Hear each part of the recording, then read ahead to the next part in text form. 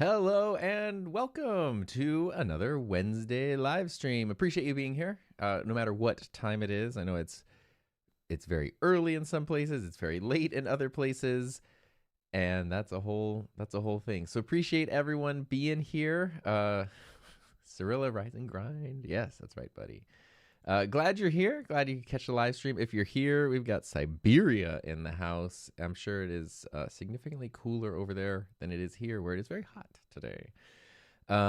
We got some questions. We got some fun stuff to talk about. I'm going to check my audio. Hey. All right. I think that's working. If audio needs to be higher or lower, just let me know and I can adjust it. I did some recording in here yesterday and the audio was like super low in the recording. So I tried to fix that this morning and I think I got it, but I might have overcompensated now, made it too loud. So we'll see. I just want to do a stream and hang out and chat and talk about all the things, whatever we want to talk about, and just kind of, have a fun time because fun things are fun. Hello in Germany to Wolfgang. And here we go. Let's see. Spatial optic. First question-ish of the day. Please convince Blackmagic Design or Rode to create a dual HDMI SDI video capture device with Apex audio capability. I have so little power when it comes to convincing any company to do anything.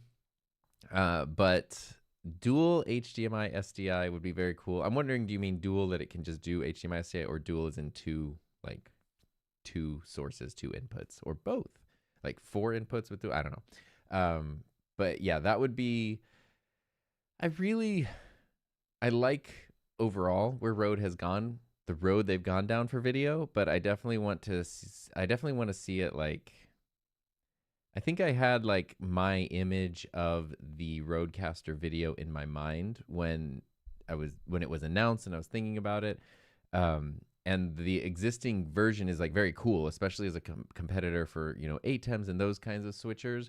But I would be very excited to see Rode kind of step out of the shadow of what other brands have already done. Like they have a very good version, a better version of, in a lot of ways, of what's already been around, but I would like to see them like really do their own thing in a super different way, and kind of like an innovative way. So, the more that there's features you want to see, I want to see, the more we just talk about them. I do know Rode listens, and so I don't think there's any one person, influencer or otherwise, who has like a lot of say or a lot of power. But if a lot of people are saying the same thing, then it helps. Joe asks, what's your favorite denoising plugin for video footage? I just filmed an event with 3 Sony camcorders, but had to have the ISO super high and the footage is noisy. Oh, on camcorders. I actually don't have a good answer for this, but I'd be curious if anyone else does. Fortunately, since I film primarily on full frame Sony mirrorless cameras, despite the fact I'm wearing a Canon shirt right now, they are really good in low light and really good at high ISOs, so I don't typically have issues. Sometimes when I use like my DJI Osmo Pocket, like I did my video with the San Jose Sharks a while ago where I was doing the broadcast truck and it was super dark in there and I was using the Osmo for that. And I just added Final Cut's denoising to that a bit and I kind of put together a preset that sort of fixed some of the colors, and it's still noisy. I couldn't get it to look like perfectly clean without looking like there were weird beauty filters on everything, and I'd rather just leave the natural noise. So I'm not sure. I think in my case, Final Cut's default noise filter, denoising filter, is like not very good. So you probably need something that's like a third-party option. And I don't even know if you're using Final Cut, obviously. So maybe you need something for Resolve or Premiere or whatever. But I'd be curious to know what other people are using, because it is one of those things, at least for me, I don't need often, but when I need it, it's like, boy, I really wish I had a good answer for this. And instead, I just like smushed together a bunch of stuff in Final Cut. Ryukin's editing a video on Resolve right now. There we go. Just a short video. 13 degrees Celsius in Siberia, right? So what is 13? I think the basic thing is you double it and add 30, kind of. So 26, 36, 46, 56. It is. Well, actually today is a cooler day here.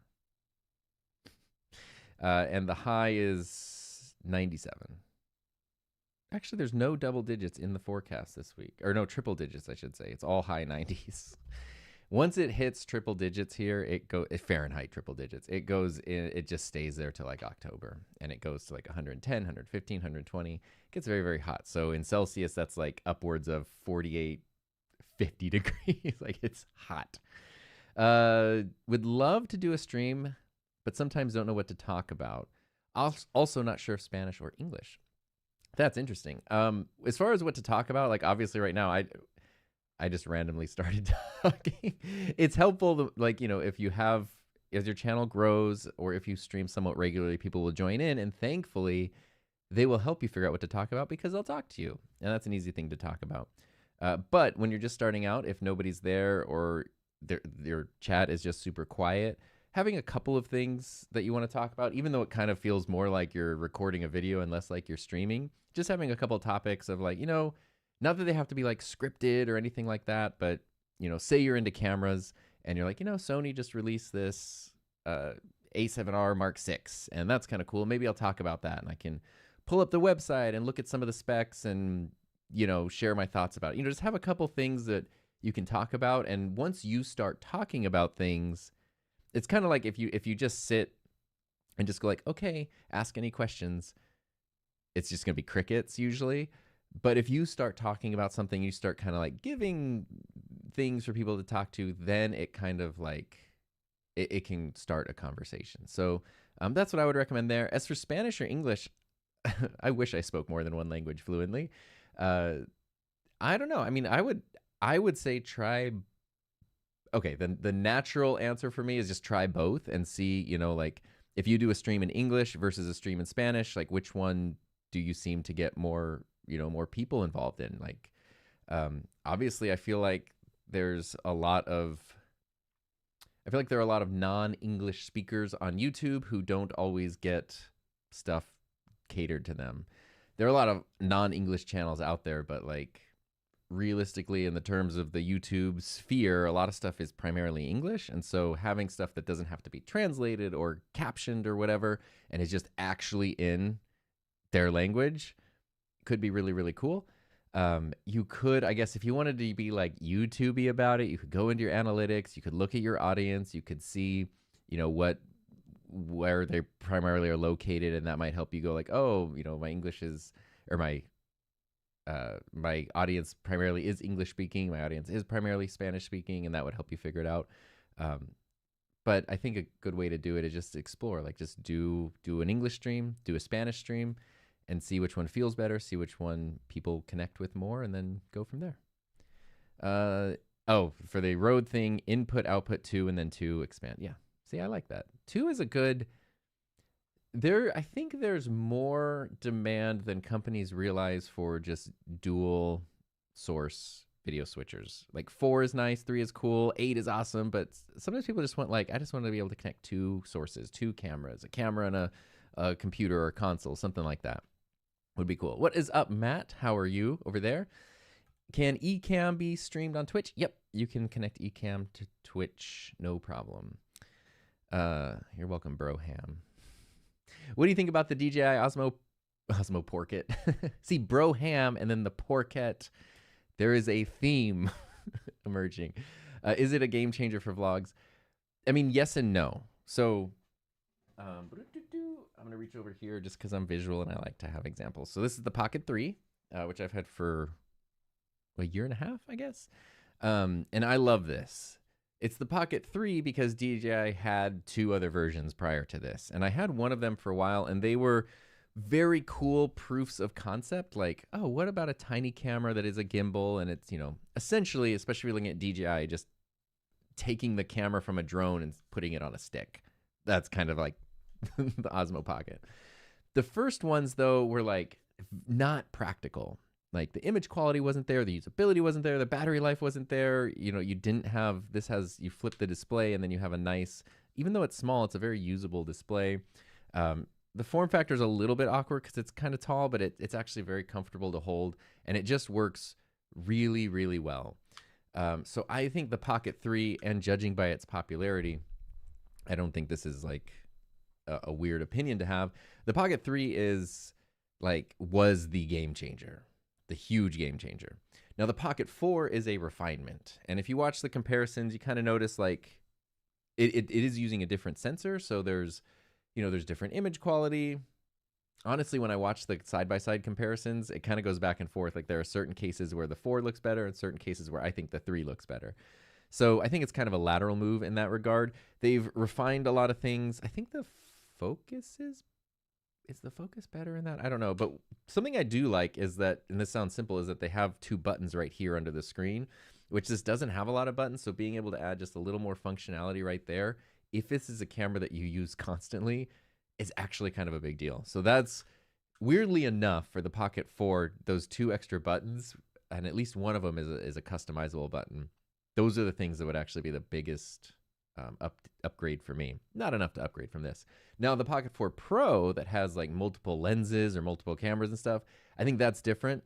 I've seen the rumors and stuff, but I'd have to actually know more about their real approach to that before I can say. But that's probably, I don't know. Again, I don't think it would be the same game changer that the Pocket 3 was, but I think the 4 Pro, I think the 4 is a nice evolution that improves on the 3. So not necessarily like you got to upgrade from the 3, but now if you're jumping in, you have a slightly more evolved option to choose from. And then the 4 is if you are kind of like, I really want that compact camera, but I want to lean, or the 4 Pro, I want to lean more into, I don't want to lose all of the like total image quality and pro stuff that you might be used to with some of your more like, mirrorless cameras and things like that. Just my opinions. I don't know. For denoising, don't use a camcorder, use an FX6. I mean, it depends. It's funny. Like, I mean, the full frame mirrorless cameras are great because then you just have dual native ISO. You just bump up to 12,800 and it's clean as a whistle. I don't know if whistles are clean. But camcorders have so many advantages to so many workflows that it's tough. And I don't know with Sony's camcorders. They all use smaller sensors, so high ISO is going to introduce noise. I don't know if they have dual native ISOs either. But sometimes even with there have been times with my Sony cameras where even though they look pretty great at all the ISOs, sometimes I mess up and I crank the ISO to like whatever it is, it's right before like 12,800, and it's like, oh man, now I'm dealing with a little bit of noise and grain. Or if I had just bumped it up, I would have actually had less noise. So sometimes you just are in situations where it's unavoidable and you end up with noisy footage. Simply Andy, what's up? Ended up getting the cam link for the FX30, but it was so choppy on 4K that I went to 1080 and it was smooth. Okay, the cam link with the FX30 should not be choppy in 4K. So there's definitely something going on there. Couple things. What I would say, you're running it through OBS and 1080 is smooth.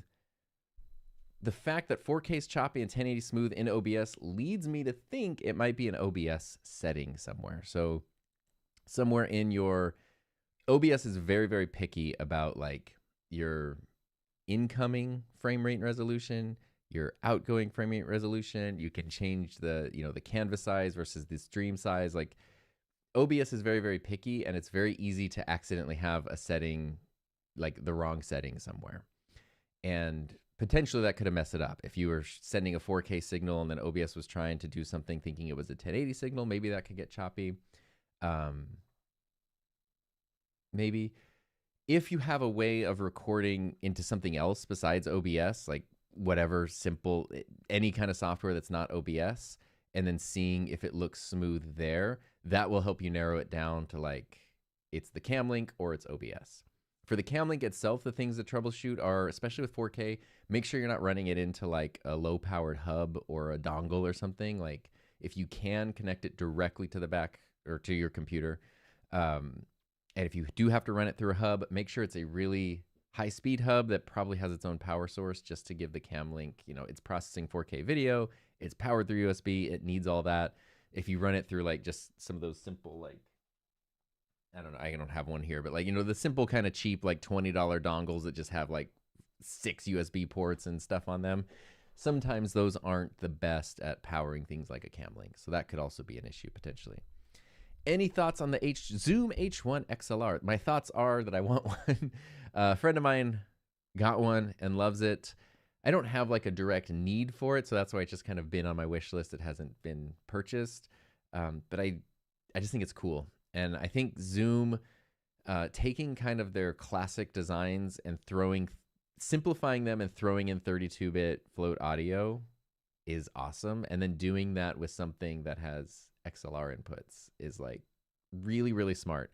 And especially in the world of, do you want to spend $500 to $700 on a Rodecaster type device?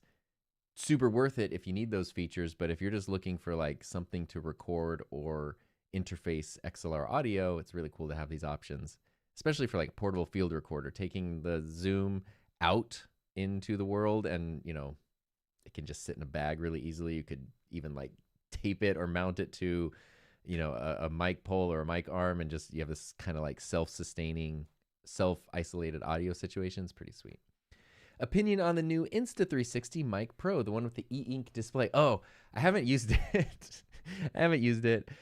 I think the e-ink display is actually like really cool. If you don't know what it is, basically it's it's a tiny little microphone, like wireless microphone. Maybe I could pop it up over here, and we can look at it together.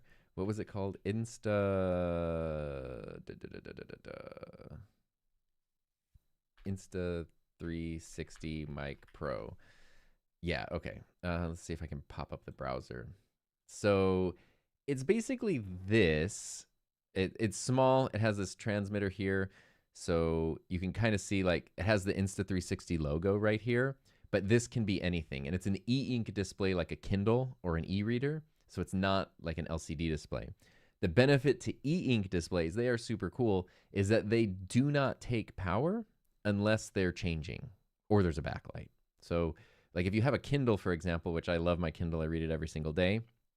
The Kindle, you can leave it like just on a page with text and it will not ever run out of battery. The only time it's using battery is when you do anything that causes the screen to change. You're turning a page, you're opening the dictionary, whatever, then it's using power to like shift the e-ink around. And then the Kindle I have also has a backlight, or it's actually side lit. So it has kind of LEDs on the side. When you're using that, obviously that takes up power too. Fortunately, that's just LEDs. They don't take very much power at all. But that's kind of the cool thing with the e-ink. So what you can do here, and I kind of like this because you can make this very discreet. But as we've seen lately, companies like Rode and stuff are doing super brightly colored. Even DJI in the Mic 3, the Mic Mini 2 has like super bright colors. So because we live in a world where seeing a visible microphone isn't like the faux pas that it was at one point, and even you can lean into it. I do it all the time. I wear a bright, almost like this microphone is a bright blue spot in my chest right now. I use my Rode Wireless Micro. I have a bright blue one. I just pin it in the middle of black shirts all the time. And I don't mind it. I like it. So now you can even take that further and not just adjust the color, but you can put anything. You put images. You can put your logo. I don't know if these are lighted, and then they're e-ink, so they're not. You're not. The point is you can super customize it without draining the battery or adding extra battery drain. And I think that's like really, really cool. Has zero effect on sound quality. I actually no idea how this mic sounds, but I actually think that is a very cool, like, it's fun to see, people do or companies do things that are different. Do Rode have colored ear cups for the headphone? Oh my gosh, let me tell you about this. These are fantastic. I get asked about this all the time. Rode sent out, I don't know when it was. It might have been when the Rodecaster Duo was released. They sent the Rodecaster Duo for review, and I think it was the Duo. And they sent it with like several sets of these blue cups and this blue band here, and they even sent some pink ones as well. And they were prototyping them. They had all the, Rode has kind of their bold primary colors: pink, blue, green, orange, purple, and they were kind of prototyping headphone pads in that, which is cool. You can just snap them off, pop them on, replace them super easily.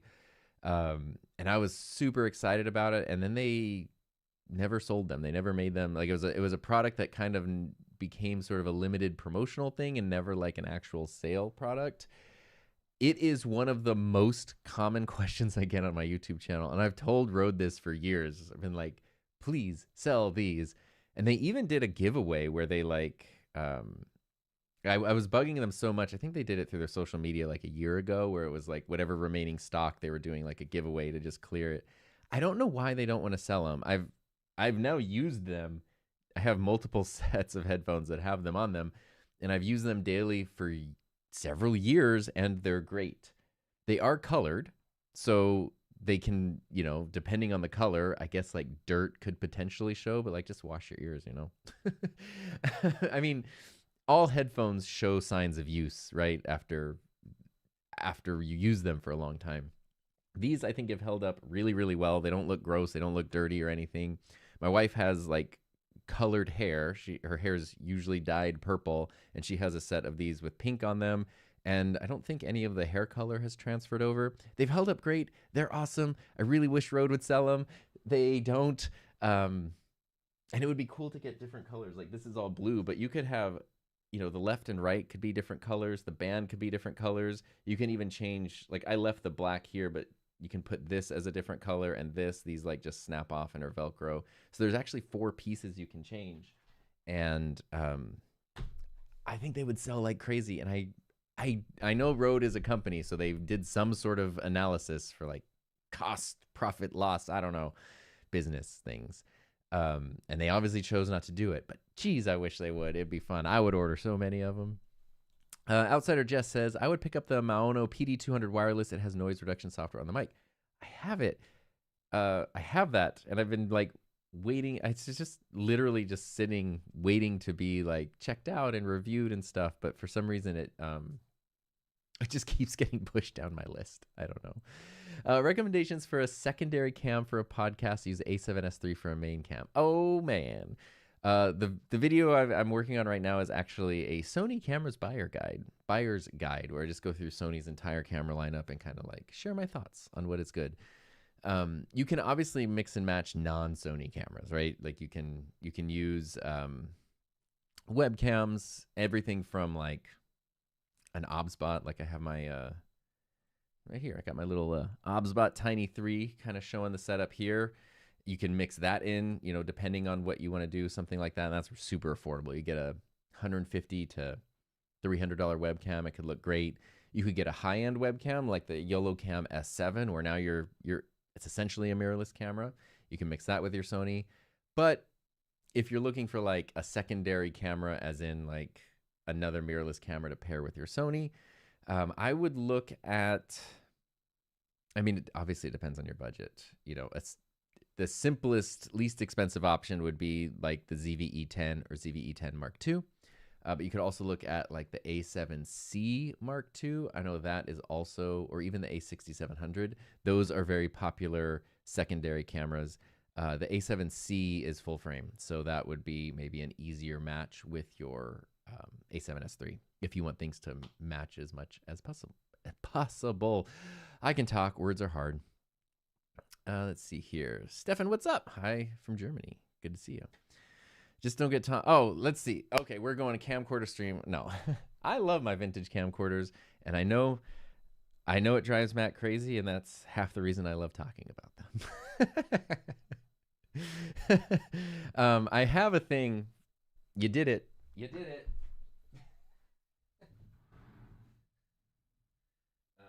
Where is it actually? Oh no. Where? Oh boy, I lost the thing. I didn't lose it. I put it somewhere safe, and now I don't know where that was.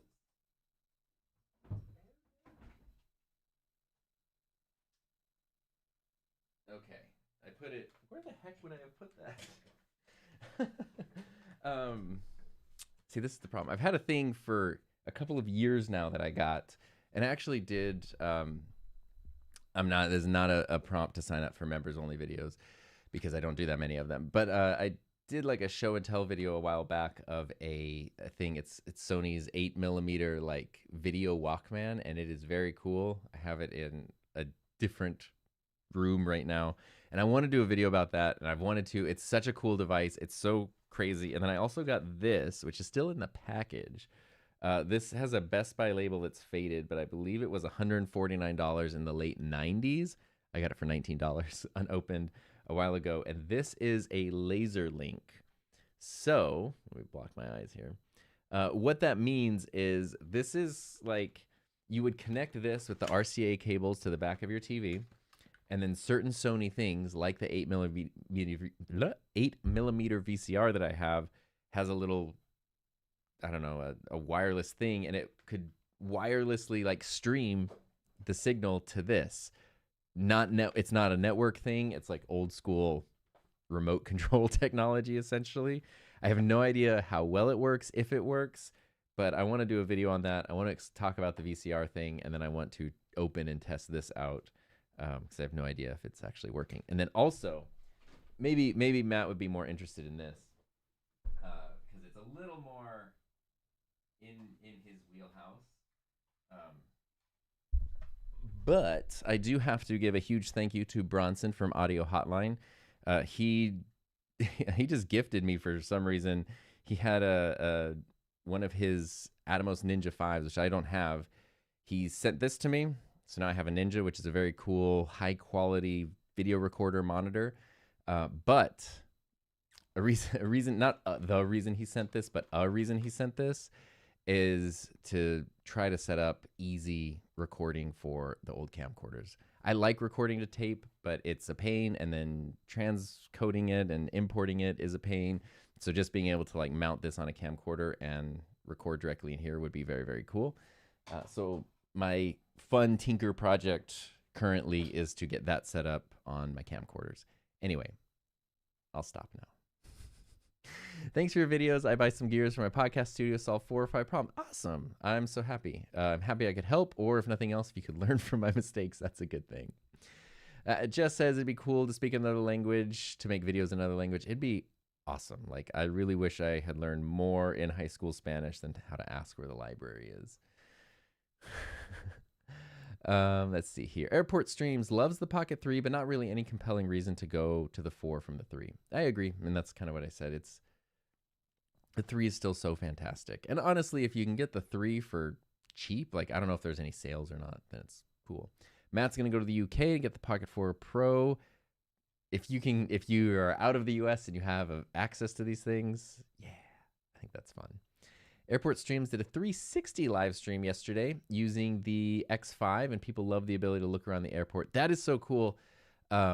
I don't know if you've seen, but Saturday Night Live, I guess they just ended their season, so they're probably not going to do this now. But for the past couple of weeks, on their YouTube channel, after every episode, they'll upload a 360 video of a sketch, and it's awesome. They just put a 360 camera kind of like right in the middle, and then, you know, you can pan around and look at everything, and you can see like the sketch, you can see the monitors, you can see everyone like holding the boom mics and the cue cards and the camera operators, and you can see like, you know, when the actors like leave the stage, how they have to like run and weave through everything and end up over here. And it's like, it is so cool to see how all that stuff happens live. It's very, very fun.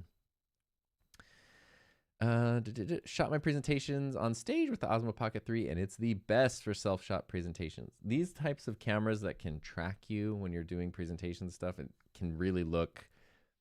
There are people who I've seen make videos with the Pocket 3. This is funny, especially when the camera was newer and I didn't know how good it was. I would see people do like vlogs and stuff that felt very personal. And then I almost got like disappointed because I was like, oh, you have like a camera operator, like a secret person behind the camera that you're not acknowledging. And it's not really just you making the video. And it was just them like using this. But it can be done in a way that looks so good and so natural that, you know, the cameras that can track you can sometimes really look like a person is operating the camera, which is very, very cool. What Lewitt microphone would you pick? Oh, you absolutely cannot go wrong with any of them. Here's my Lewitt LCT 240 Pro. This is probably the overall best value because it's like $100 now. It's a condenser microphone and it is fantastic. It's the build quality itself is all metal. I definitely recommend getting the like magnetic pop filter, and I have mine in a shock mount. Sometimes you can find it for even like $120 that comes with those things. It's like a kit. That's definitely the best value. I think they're just simplest, best sounding mic is the 440. It's basically the same form factor, but just it has a bigger capsule and it does have a bit better of a sound. I have a video that compares the two. And then if you want something really fun or even practical, you can get the Lewitt Ray, which is more expensive. It's essentially the 440, but it has, even though it's only an XLR microphone, it has like this proximity sensor. And so it can automatically adjust the gain. Like if you get further away, it'll boost the gain by itself. If you get closer, it'll lower it. Or you can also set it to mute based on proximity. So if you lean away from the microphone, it'll mute by itself. If you get close, it'll unmute. Super handy for, podcasts and like video calls and stuff where you don't want to have to constantly be hitting, like writing a fader or hitting a mute or unmute button. The Ray is super cool. So the Ray is the most advanced of the three that I have. The 440 is just the simplest, best sounding, and the 240 is just the best value. And honestly, the 440 I think is about $250, and the 240 is $100, somewhere thereabouts. The 240 does sound better than the 440 does sound better than the 240, but does not sound more than twice the price better. So in terms of bang for your buck, 240. I guess is a long way of me giving that answer. Which is better for streaming, AverMedia capture card or Elgato Camlink? I haven't used the AverMedia or AverMedia, so I can't say it. But I know I like the Camlink personally, despite the fact in this chat we had someone having an issue with their Camlink. I have several Camlinks. I've used many over the years. I've never had any issues with them. So I have a really good track record, knock on wood, of Camlinks. So that's just the way I go, even though it's like, it's the same thing that's been around for like 8 years at this point. It works great. It's affordable. It's a little weird that it's still USB-A, but that's it. There are like the Bobo Camlinks, like all the things that look like Camlinks, and you have varying success rates with them. AverMedia, if I'm saying that correctly, I haven't used it, but they are the other one that seems like a more reputable option. So I feel like I've heard good things about it. I would almost just go based on your budget. Like if prices are equal, I would just stick with the Elgato because I trust it. But if there's, a $30+ difference in price, then maybe go for the other one. Joe says I'm late. That's okay. Someone should just suggest a short shotgun mic for my FX3 with a top handle. I'm leaning the Deity S-Mic 3S. I just don't want it to hang out when I use a wide angle. I don't know if Matt's still here, but I feel like Matt would be a perfect person to ask there. Budget, I mean, the Deity is a good one, right? And if I'm guessing if you're looking for Deity, you're not interested in like the $1,200 of the Sennheiser MKH50, but which is very understandable that you would not want to mount that on a camera and take around. The S-Mic's probably a pretty good option for short shotgun. Might be able to look into other like pencil condenser mics, maybe. I'd be curious to know, especially if Matt's here. I feel like Matt would have a really good answer. Hi, Tom. Also, where is the best camera placement for online classes? Directly in front or to the side? Totally depends on what you're doing. I mean, you can kind of see like right now, this isn't a class, but when I was teaching during the pandemic, this is very similar to what my classes looked like. I had more cameras actually because I wanted to make them more immersive. So that was kind of my trick, was not just having one camera, but having a couple. So I had my main camera that I would talk. I would have other things like scenes, so I could go and I could show stuff and still be in the frame. That's the same camera shot though. And then I would have, sometimes I have an overhead camera to show what I'm doing. And yeah, that's kind of that. Secondary angles, like I have this camera set up here. This is a webcam. And the reason I set this up was just so you could kind of see, like, here's my Rodecaster, here's my monitor, here's my Coke Zero, here's my microphone, here's my prompter. If I needed to talk about the setup, and this is a PTZ camera, so I could move it around. But this is a side angle, right? So if I were teaching a class and I'm talking to, the people on here in the class, I don't know if you would want to see me stare, like if you would want this angle the whole time for a class. I feel like when it comes to classes, the same way that if you're in a real classroom, it's really nice to feel like you're having direct eye contact. So having a camera right in front of you that you're talking to as if it were students in the class, I think is the best way to start, and then maybe add in other cameras supplementary. But it also depends on what you're teaching.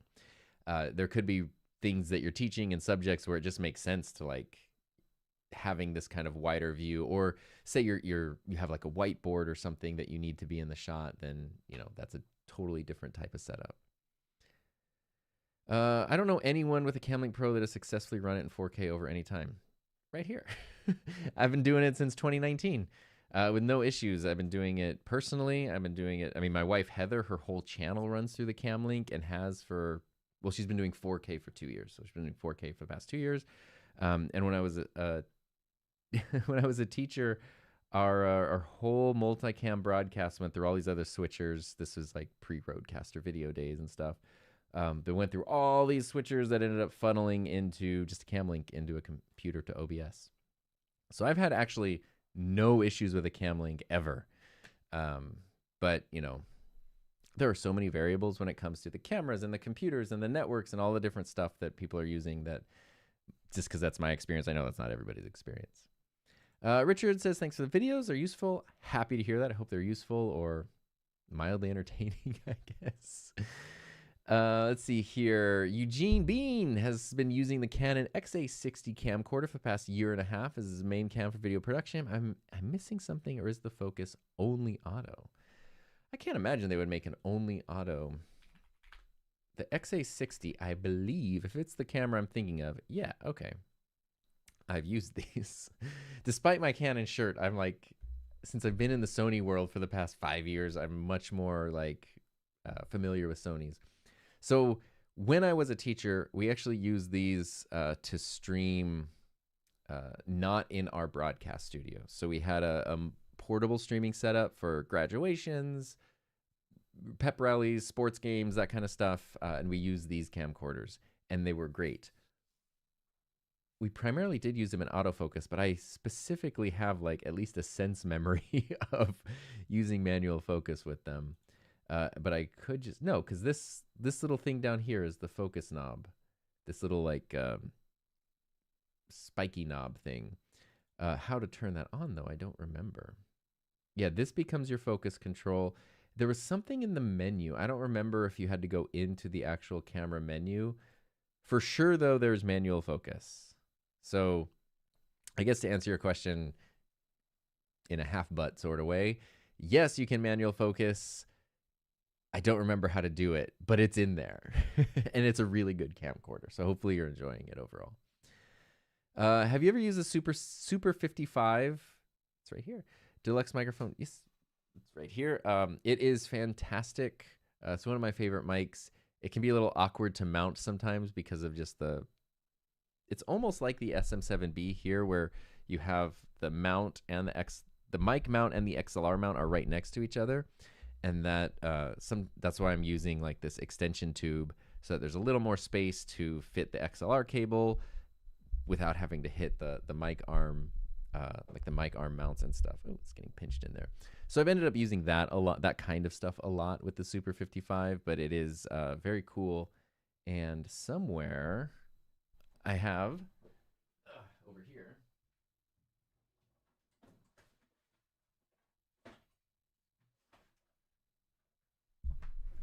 Actually bought this a while ago and I have a video on it. This is a vintage, I forget what year this is from, 1950s. Big hunk of metal. This looks like a cup, like a jock cup. This is made in Chicago, but this is like, it also looks like an old car kind of. It has the holes right here to mount the microphone, and then this is a desktop stand for the Unidyne microphones, which is actually very, very cool. Not super practical, but really, really fun, and it helps like lean into the style of the microphone, I guess you could say. I think Rode needs to make an 8, 10, or even 16 input version of the RCP. I would really benefit from it. Yes, this is like, I would love that. I would love it. Not that I necessarily need it, but I know that there is a need for it. I think getting into like the 8+ world, like 16 and all that kind of stuff. Now you're competing with like live event mixers and things where there's like such an established world that I don't know Rode wants to go into that. But a 6 to 8 input Rodecaster especially would be really helpful in a lot of cases. Oh, this is OBS with the Camlink. I have the resolution at 4K on the canvas. and FPS is 2997. That's literally what I have right now. I use the USB-A to USB-C that came with the cam link. I did notice that I have to type 4K res manually. Yeah, I have to do that in OBS as well. But that sounds like you're doing everything entirely correct. So it would be weird that you're having stuttering issues. Unless there's, I don't know. I would be interested to see if there's something else. I don't know if you can do it with just like whatever. I don't know if you're on a PC, if you can do it with like Windows Movie Maker, or if you're on a Mac, you do it with iMovie. Just like record, or QuickTime, just record footage into like some other basic app and just see what it looks like. And then if you're getting smooth footage there, then you know it's an OBS problem. But if it's also stuttery there, then you know it's a cam link problem. Richard says, question, APS-C, FX30 and Sony EV10 Mark II versus full frame FX3 EV1. I think my budget won't stretch to full frame, but wondering how much I'll really lose for Talking Heads, Ecamm streams, training videos. Man, I'm so glad you're asking this question, because this is literally the video I'm editing right now. The one that goes through the whole Sony camera lineup. The first chunk of the video talks about crop versus full frame. And the fact of the matter is,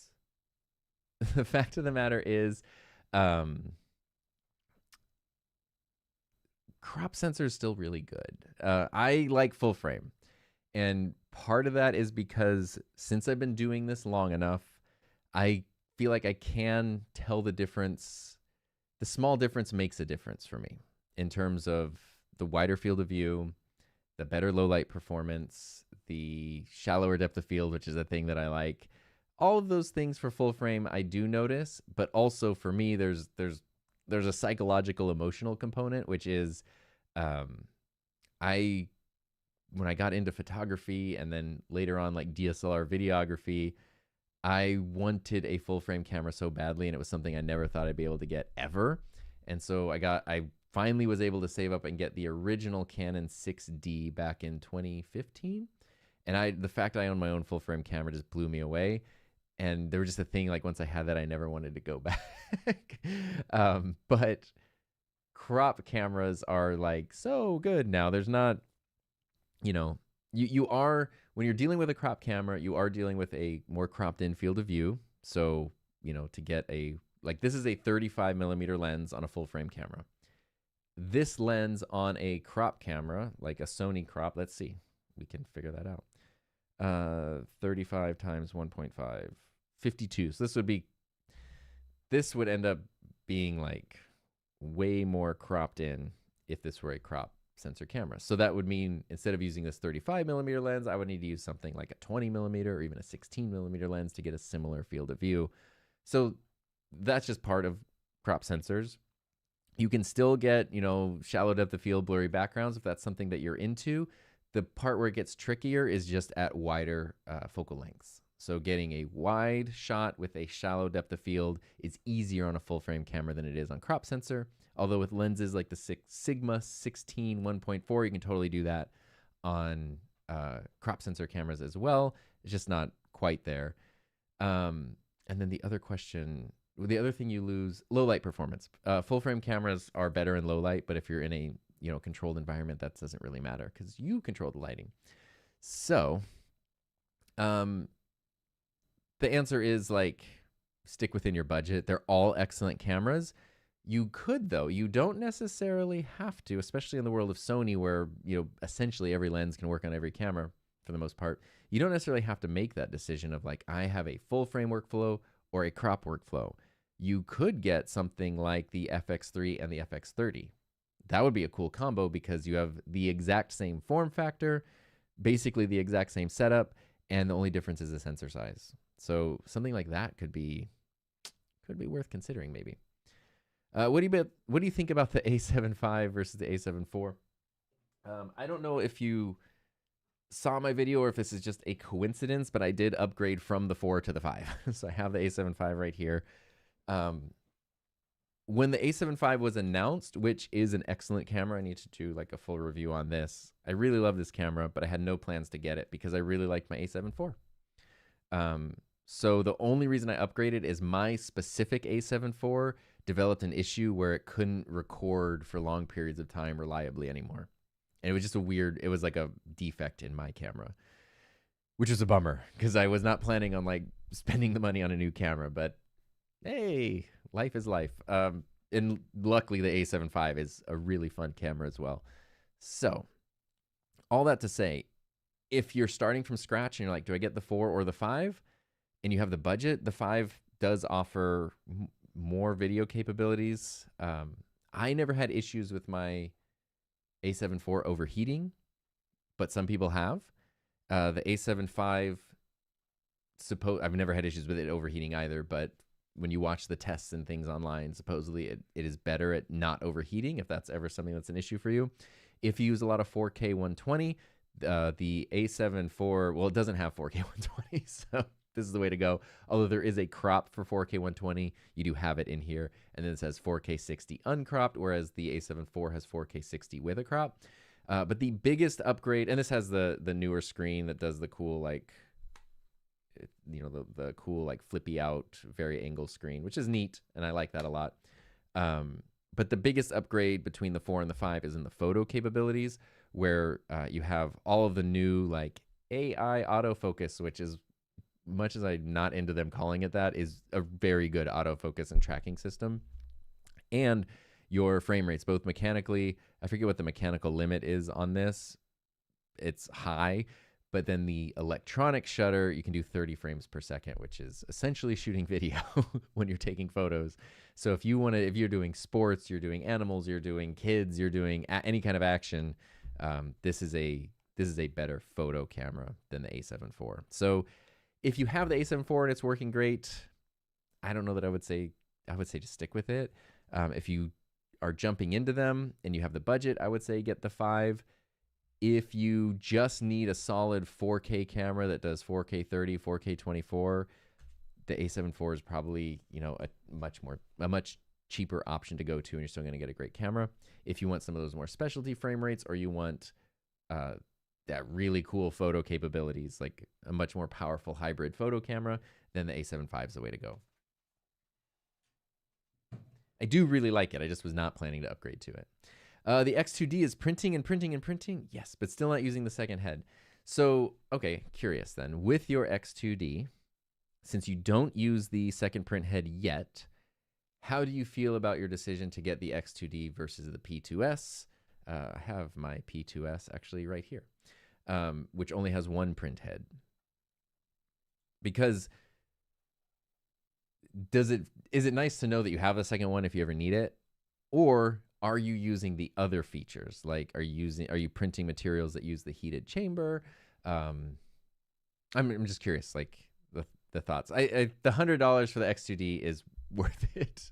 Did you decide on a modeling CAD software? Yes, I've been using Fusion. Using Fusion is very generous. I've been pushing buttons and dragging things around in Fusion, but I really actually like it a lot. I think for me, as someone who had a basic understanding of Tinkercad and was hitting some like friction, hitting some ceilings, the issues I had with Tinkercad are so much like easy to resolve in Fusion. Like you just want to add, I don't know, you want to scale things proportionally. You want to lock some dimensions and things. You want to just do simple stuff like just add a hole in something, or make something, like a tube instead of like make something, I don't know. It's just easier and way less janky than the way I was doing things in Tinkercad. Plus you can do fun stuff. You can add chamfers and rounded corners and all this really cool stuff. So yeah, I've been having fun with that. I've been doing very, very basic designs. I have a couple fun and then a couple practical designs that I want to put together and see if I can get working and then share with everybody. In order to film the sea during a long time and get the best colors, more close to reality, what camera would you recommend? I don't think it has to do with the camera. I mean, I think any modern camera is going to make nature landscapes look great. So I don't think that's an issue. There are differences, like especially Canon and Sony are the two brands that I have the most experience with. And the way that they handle blues and greens is super different. I'm on a Canon camera right now, which looks great. Sony puts the blues and the greens like much more cool, maybe with like a green tint to them, whereas Canon makes them a little warmer and a little more magenta. Both look great. They just look different, and you can adjust that and fine tune that in editing software, no problem. But there are certain things. It's just something to kind of be aware of, like if you're doing a lot of things like the ocean, which is blue, if you prefer the way blue looks through a Canon camera naturally versus blue through a Sony camera naturally, or vice versa, that might make your decision. The thing I would really look at, though, is it's less about the camera and it's way more about knowing how to use your camera to get your settings correct. That's going to be super important. And that probably even then dials into, like, honestly, less than the camera itself, but like ND filters and polarizers and all that kind of stuff where you're dealing with highly reflective water surfaces, crazy dynamic range if the water's kind of dark, but then the sky is super bright. And that's when having, like, honestly, any camera will work, but knowing your exposure settings, your frame rate settings, your shutter speed settings, and then getting your like dynamic range right, probably through ND filters and polarizers and things like that, that's going to be more important. Camera, everything's fantastic now, which is great. Turn some of my gear into blue colored, even my phone. Yeah, this was actually silver when I got it, so I feel bad because even though it's a official 1950s thing, it was a little beat up, and I just painted it blue, which it looks nicer than when I got it. Have you used the Osmo Pocket 3 with OBS on a Mac? I was trying to get the same PTZ control like I can through Ecamm. Oh, right. When you plug a PTZ camera into Ecamm, Pocket 3, OBSBot, whatever, it gives you the little controller. I've used the Pocket 3 with OBS on the PC, but I've not, anytime I've done tracking with it, I've just done the tracking through the camera itself, like where you tap on the screen and track. I haven't tried to control it through the software. So I actually don't know if there is a PTZ option in the Pocket 3. I just joined the chat and I'm stuck between the X2D and the P2S. The only thing stopping me from getting the X2D is the part on the back of the printer. I'm guessing you mean the extruder. I have a video. I don't know if you've seen my video about the P2S versus X2D. This might answer the question a little bit. The part on the back of the printer that I'm guessing you're talking about is the Bowden extruder. So the X2D, it has two heads, but unlike the H2C and the H2D bamboo printers that have two heads and they're direct drive and they're basically exactly the same, they're super fast. The X2D has one of those very fast modern heads, and the other one is through a Bowden extruder, which is kind of an old school type of 3D printing extruder. It works totally fine. Like it's not a bad thing, but the potential downside is it's not quite as fast or accurate as the newer direct drive option is, because you're basically feeding filament kind of in like this longer old school way. And then also literally the way you feed the filament is different. So like on any of the other printers, like my P2S here, you see you have the filament, the AMS on the top. There we go. If I want to load filament in this, I just pop the filament in there, stick it in the little like thing right here, and it just winds it and it's done. And it takes about 10 seconds. If you're using the Bowden extruder, what you have to do is you have to go to the touch screen, boop, boop, boop, type in that you're loading filament. Then you have to manually feed the filament in. And then not only that, but once the printer grabs it and goes in, it has to heat up the print head and kind of like purge out some filament. And same goes when you remove the filament. You have to heat up the print head. It's how all the printers I used back in like 2016, 2017 that all use those extruders, how those work. It's not a problem. It's not a bad thing. It's not a problem. It's just a limitation. It's a different type of workflow. But it does give you the advantage of then having a second print head in a printer. So you could be like Matt and just, maybe you don't really use the second print head that often, in which case it doesn't matter at all. And then if you need it, it's there. But if you want just ultimate simplicity and you don't see yourself doing complex multicolor prints, complex support structures, you just kind of want to print simple, single material, single color, mostly single color things, And you just want something that's simple and easy, then the P2S is the way to go still, I think. I do hope that they lower the price of the P2S, and that will further differentiate the two and give the P2S a more specific spot in their lineup. What's up from Brazil? Here in Brazil, the H2S costs like $5,000. Oh my God. A bit more, and the P2S about $2,000. I have two P2Ss and one H2C. Oh man. I have a P2S, X2D, H2C. These are words. I swear these are real things. They are excellent. The P2S is, it's funny, the P2S, which again is this printer right here. The X2D overshadows this because for $100 more, you get quite a lot more features. But every one of those features you get is also a little bit more complexity. It's something else to maintain. It's something else that could possibly break or have issues. So the P2S for me, just in terms of like simplicity, the way I've explained it is if someone has never 3D printed before, I can tell them get the P2S, and I can be pretty confident that like later that day or the next day, they're going to come to me and be like, oh my God, check out what I printed. If someone's never printed before and they get, like the X2D or a more complicated thing, they can have that experience too, especially if they don't mind kind of like really paying attention to instructions and figuring things out. They're good at that kind of thing.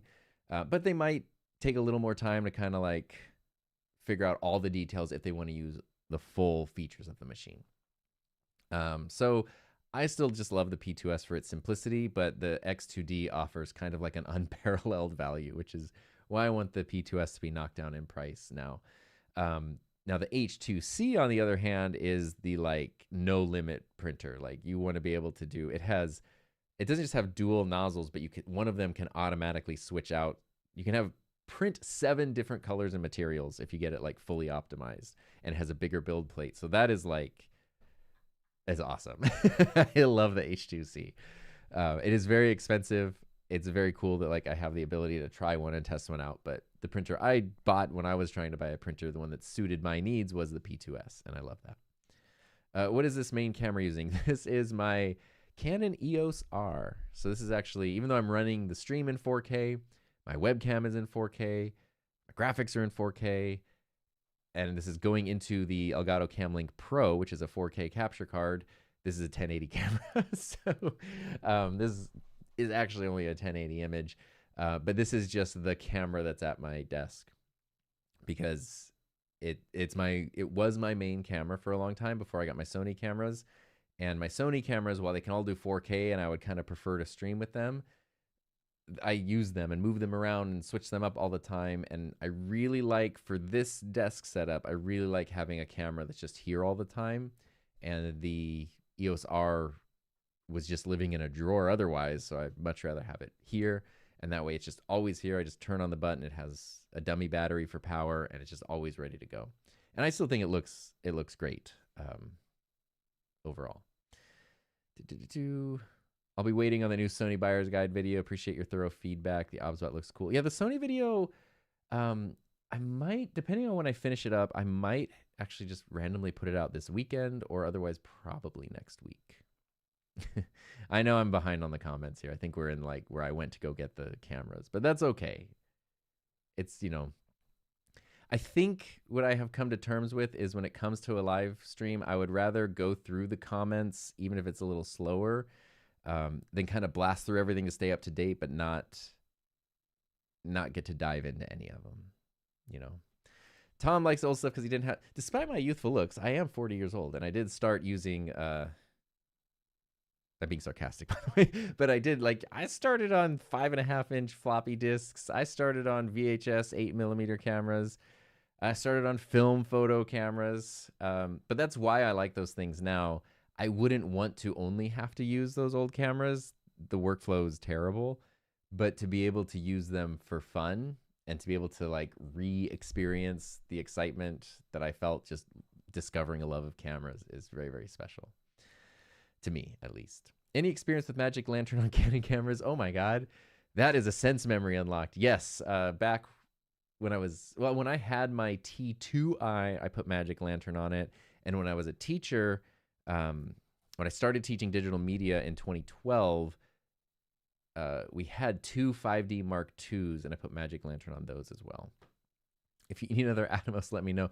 I'm definitely not using this one to the full ability, but I do appreciate that. I'm excited to have a Ninja because I've never had one before of my own. I had one at my old job, but that's it. Do you want to try my old realistic 6-slider audio mix? Oh my God. I can imagine the realistic logo because it had like a lightning bolt, right?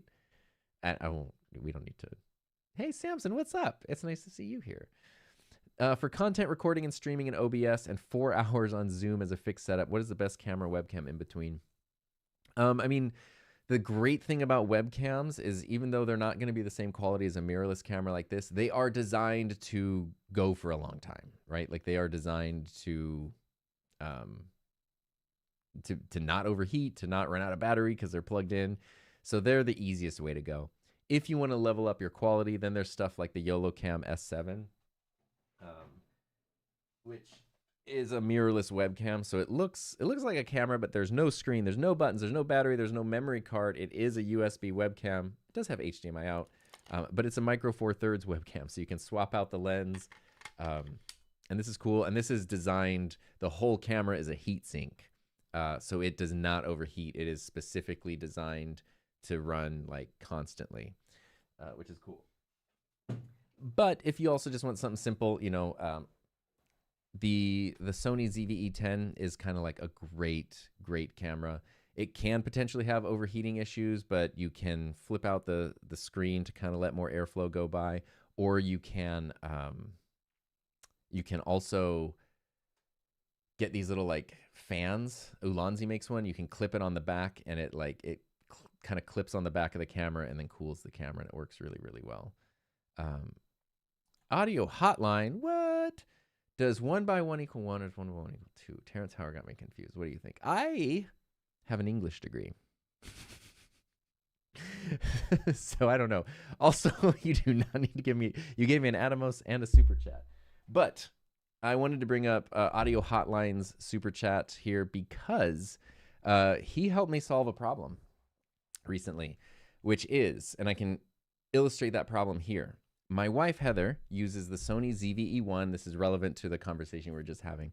My wife, Heather, uses the Sony ZV-E1, and she uses my old Sigma 24mm 1.4 lens. This is actually Bronson's old 20mm Sigma lens. So thank you again. You're my sugar daddy. I appreciate it. She uses my Sigma lens with the Sigma adapter on her Sony ZV-E1.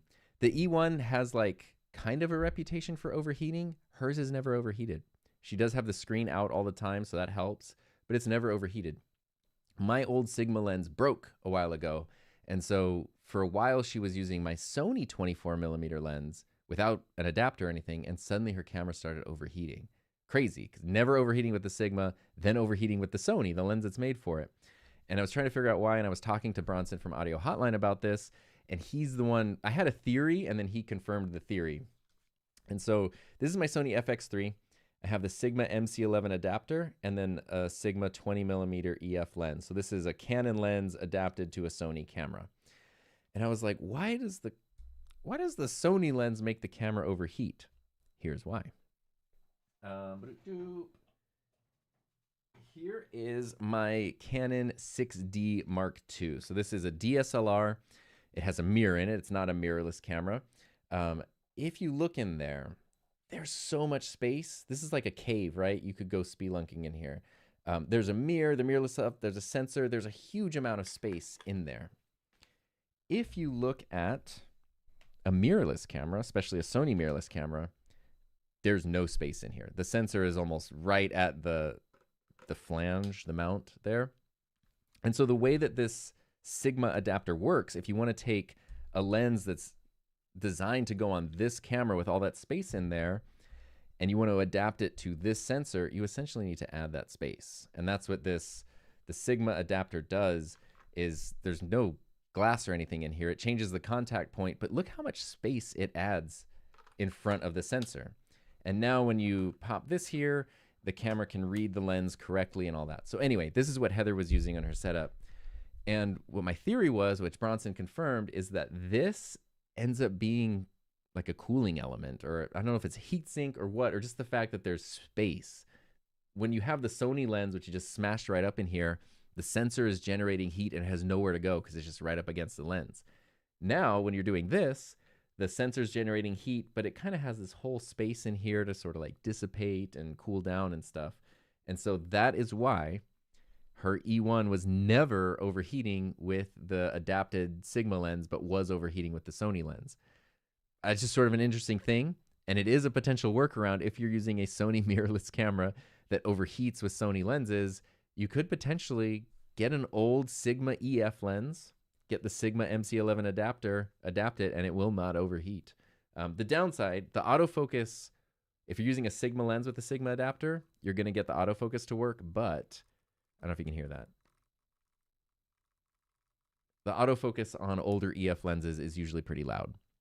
On newer Sony lenses, especially like the GM, well, actually pretty much all the Sony lenses, autofocus is like dead silent. So that's not a problem if you're, you have a microphone off the camera or something, but if you're running a mic on your camera, it's definitely going to pick up that autofocus click. So I think we're talking about cameras and overheating. That was just an overheating thing that I learned recently, which was cool. I'm going to jump down here. Okay. I'm catching up on comments going through here, so I apologize for being behind, but these are really good questions and conversation topics. So there we go. Do you know if the Streamer X will work with the Nikon ZR for 4K video streaming? It should. It can be picky about some 4K sources, but that's primarily to do with like consoles, computers, non-cameras. When it comes to a camera outputting a 4K signal through HDMI, it should be fine. Oh, the Lewitt LCT 1040. Yes, Lewitt does have more microphones than the three that I mentioned. Yeah. Did you try the FX2? I was just literally thinking about this before I started this stream. I love my FX3, and I've had it since 2020, so that camera's almost 6 years old now, and it's great, and it's my main camera, and I love it. I do think that the FX2, I was just thinking about this, could the FX2 basically do everything I need out of my main camera? There's one thing I wasn't sure about. Because the FX3, I got mine, it was $3,800 in 2020. The FX3 now is $4,300. It's more expensive 6 years later. The FX2 is $2,600, but I would recommend getting it with the audio handle. And the FX3 you can only get with the audio handle. So the more comparable price is about $3,000. So the FX2 comparably with the audio handle is more than $1,000 cheaper than the FX3. Now, okay, see, this is the thing. This is the only thing which is kind of niche for me, is that it's limited to 1080 120 instead of 4K 120. And I use 4K 120 in almost every video I make because when you make stuff quickly, what I used to do was I used to set up camera sliders and all these like tripods and smooth shots, and I would like do things over and over again to get product B-roll and all this kind of stuff, which is fun. Like, it's a fun process, but wow, is it time consuming. When I got my Sony cameras and they have 4K 120, I can basically just handhold things, and straight out of the camera, it is as smooth as like the slider or the gimbal used to be. And then if I add a little bit of stabilization in Final Cut, it's like perfect. And I can do that so quickly because I don't have to set things up. I can just move from like thing to thing, angle to angle really quickly. And I can also get kind of cooler angles. I can get sort of close to things and move around things in ways that I couldn't do as easily with like sliders and gimbals. So 4K 120 for my solo YouTube creator workflow is really important. And this camera doesn't have it. 4K 60 can get the job done sometimes, but I really like 4K 120. Otherwise, I think this would suit my needs. And the thing about the FX2 is, where is it? It's this little beauty right here, this viewfinder. The FX3 does not have a viewfinder, and it actually doesn't even have a very good screen, which is weird, but all you have on the back of the camera is a screen, and there's no viewfinder. I'd hoped for a long time they would do what Blackmagic did, maybe even give you the option to, like, in the hot shoe, you could you could buy a viewfinder to attach, but you can't. The FX2 has a screen and a viewfinder, And it's not just a viewfinder, but it is like a camcorder viewfinder. Like it sticks out and it also moves up and down. So it's um, a really good video centric viewfinder. And I am jealous of that. That is a feature I'm hugely jealous of as an FX3 owner and would love that. So yeah. But yeah, I haven't tried the FX2, but I think it's a very cool camera and it is very close to like it. If it had been out when I got my FX3, other than 4K 120, I think I could have gone with that and saved $1,000, which would be great. Hey, speaking of the Insta e-ink mic, looks cool, a bit heavier than DJI's. Shall I get rid of my Rode Wireless Pro? I'm curious to know how you like the Insta and the e-ink when you get it. I mean, having multiple mics, as someone with like, I don't know, what is it, 1, 2, 3, 4, 5, I don't know, 7 microphones just in this shot right now with others everywhere. I'm a fan of multiple mics, so I don't think you need to get rid of the Rode. The Rode, I don't think the Insta can.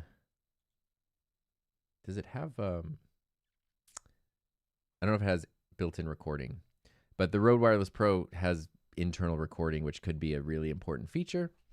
But if you get the Insta and you never ever use the Rode and it's just sitting there, then yeah, sell it and put some of the money towards the cost of the Insta for sure. Oh, we talked about the C. How many cameras do you need for what you're doing? Main camera, I think. Oh, this is talking about the education thing. Yeah. When you're teaching online, since someone can't physically be there with you, it is nice to have multiple cameras if you can. They don't have to be like multiple full frame mirrorless cameras, like get webcams, phones, whatever. But just being able to show things is very, very helpful. Do you have a team outside of yourself for YouTube? No, just me, myself, and I, and my wife for emotional support. But I like doing everything myself for a lot of reasons. I was watching your interview with Kevin Colby the other day. Oh, yeah. Kevin's so nice. I was able to be, this was a while back, a month or two ago, I was able to be on Kevin's stream, and that was a really fun conversation because Kevin is just such a down-to-earth, like, nice guy. Are you concerned about 3D printer air pollution since they're only 2 meters away from you? I'm not, but that's because I'm not in my setup. So for the most part, like I have a video actually that covers my 3D printer setup because my main printer setup is actually in a different room. This one got sort of like moved in here because of the X2D. This printer primarily prints PLA along with a little bit of PETG.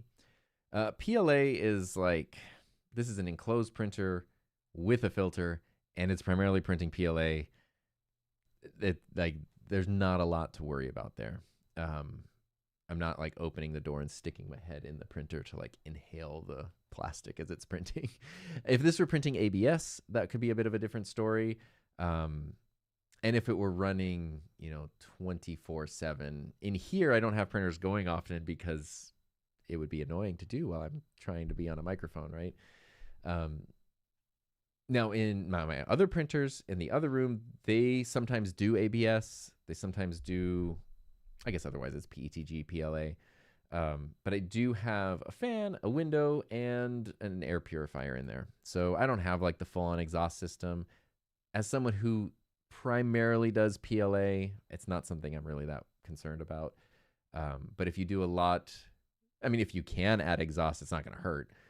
And if you do a lot of like ABS and those kinds of materials, then paying attention to your exhaust of your print fumes becomes a lot more important.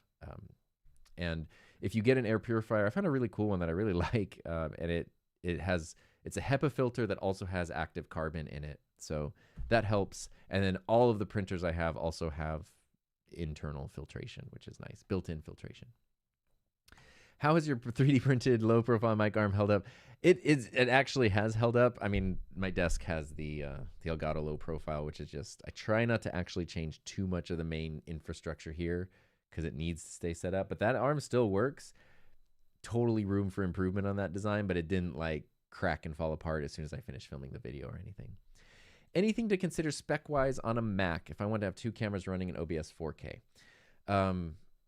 I can tell you my Mac is an M1 Max MacBook Pro from 2021, so it's almost 5 years old, and it has it was the M1 Max, so that was the high-end processor at the time. But basically, anything M3 or higher is probably going to be more powerful than that. And has 32 gigs of RAM, which has been fine, and a 2 terabyte SSD, which is not really relevant for streaming. So as long as you have that, which like honestly, like that was a very expensive, like I spec'd it out when I bought it at the time, but that's much more of a mid to low range spec equivalent now with the M4, M5 series computers coming out. So pretty much anything should be able to run it. And the fact that my 5-year-old M1 Max, like there's no need to update it currently, is great. Let's see here. I teach pickleball both indoors and outdoors. Any suggestions for the best wireless mic to pair with the Tail 2 to suppress unnecessary noise? This is actually a great question. And I do have an answer. I'm trying to think of where it is. Maybe I don't need to get the actual example. But OBSBot actually does make their own wireless mic now. And it looks like the Hollyland, DJ. It's just a small wireless mic thing. But it can pair... I don't think it even pairs directly with the camera. It pairs to their app, to your computer, and then it runs through. Because I don't know, or maybe I'm wrong about that. It's a great mic. Like it sounds great just like all the other ones, but it really makes the workflow easy if you're in the OBSBot ecosystem. So I'd actually check out their mic. I believe it's called the Vox, VOX, and it is super cool. I have one of them. And it's super nice to just be able, like in OBSBot Center, you can just choose your audio source and you just choose that and it's paired. So that might be the way to go. And they have noise cancellation stuff built right into OBSBot Studio. What camera are you using? Canon EOS R. He's so talented, he does it all. I just know my limits and I play to my strengths. Which one is better between the Earthworks Ethos and the Shure SM7B? They're both fantastic and they're both basically the same price. I have a video on the Ethos that includes a comparison of the SM7B if you want to hear them. They're both great. The difference is you're dealing with a condenser mic and a dynamic mic. So the Earthworks is a condenser, the Shure is dynamic, so that they have different sound qualities. But the biggest difference there is in terms of what you're running them into. So if you're running them into something like a Rodecaster or whatever that has 70 plus decibels of gain, 76 decibels of gain, and clean preamps, either one's going to be great. If you're running it into a less powerful interface or mixer, maybe something that has 50 or less decibels of gain, the SM7B isn't going to sound great unless you add a booster to it. And whereas the condenser, the Earthworks, is going to sound awesome because it just needs phantom power and probably like 25 to 30 decibels of gain. So condenser mics are really friendly on like less powerful interfaces, and dynamic mics like the SM7B require a bit more gain to sound great.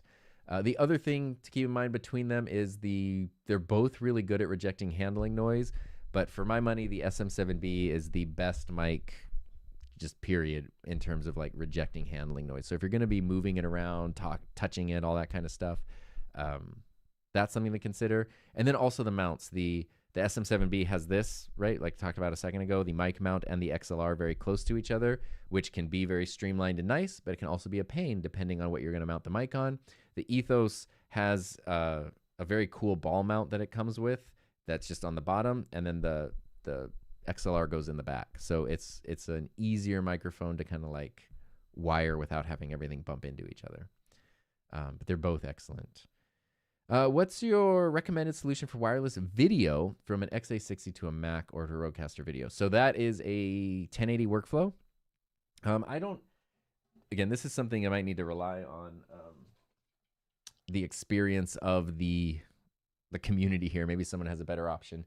The wireless HDMI that I have is the Hollyland Mars. This is the Mars 400. These are old now. They're 1080 wireless HDMI transmitter receiver. They work awesome. Like I love these things. You can run them off a Sony battery or you can run them off of 12 volt AC power. They've been super reliable for me. I've not needed another wireless thing. They are only 1080. And I don't know, there has to be an updated version of this now. But Hollyland's wireless systems are excellent, and that's what I would recommend.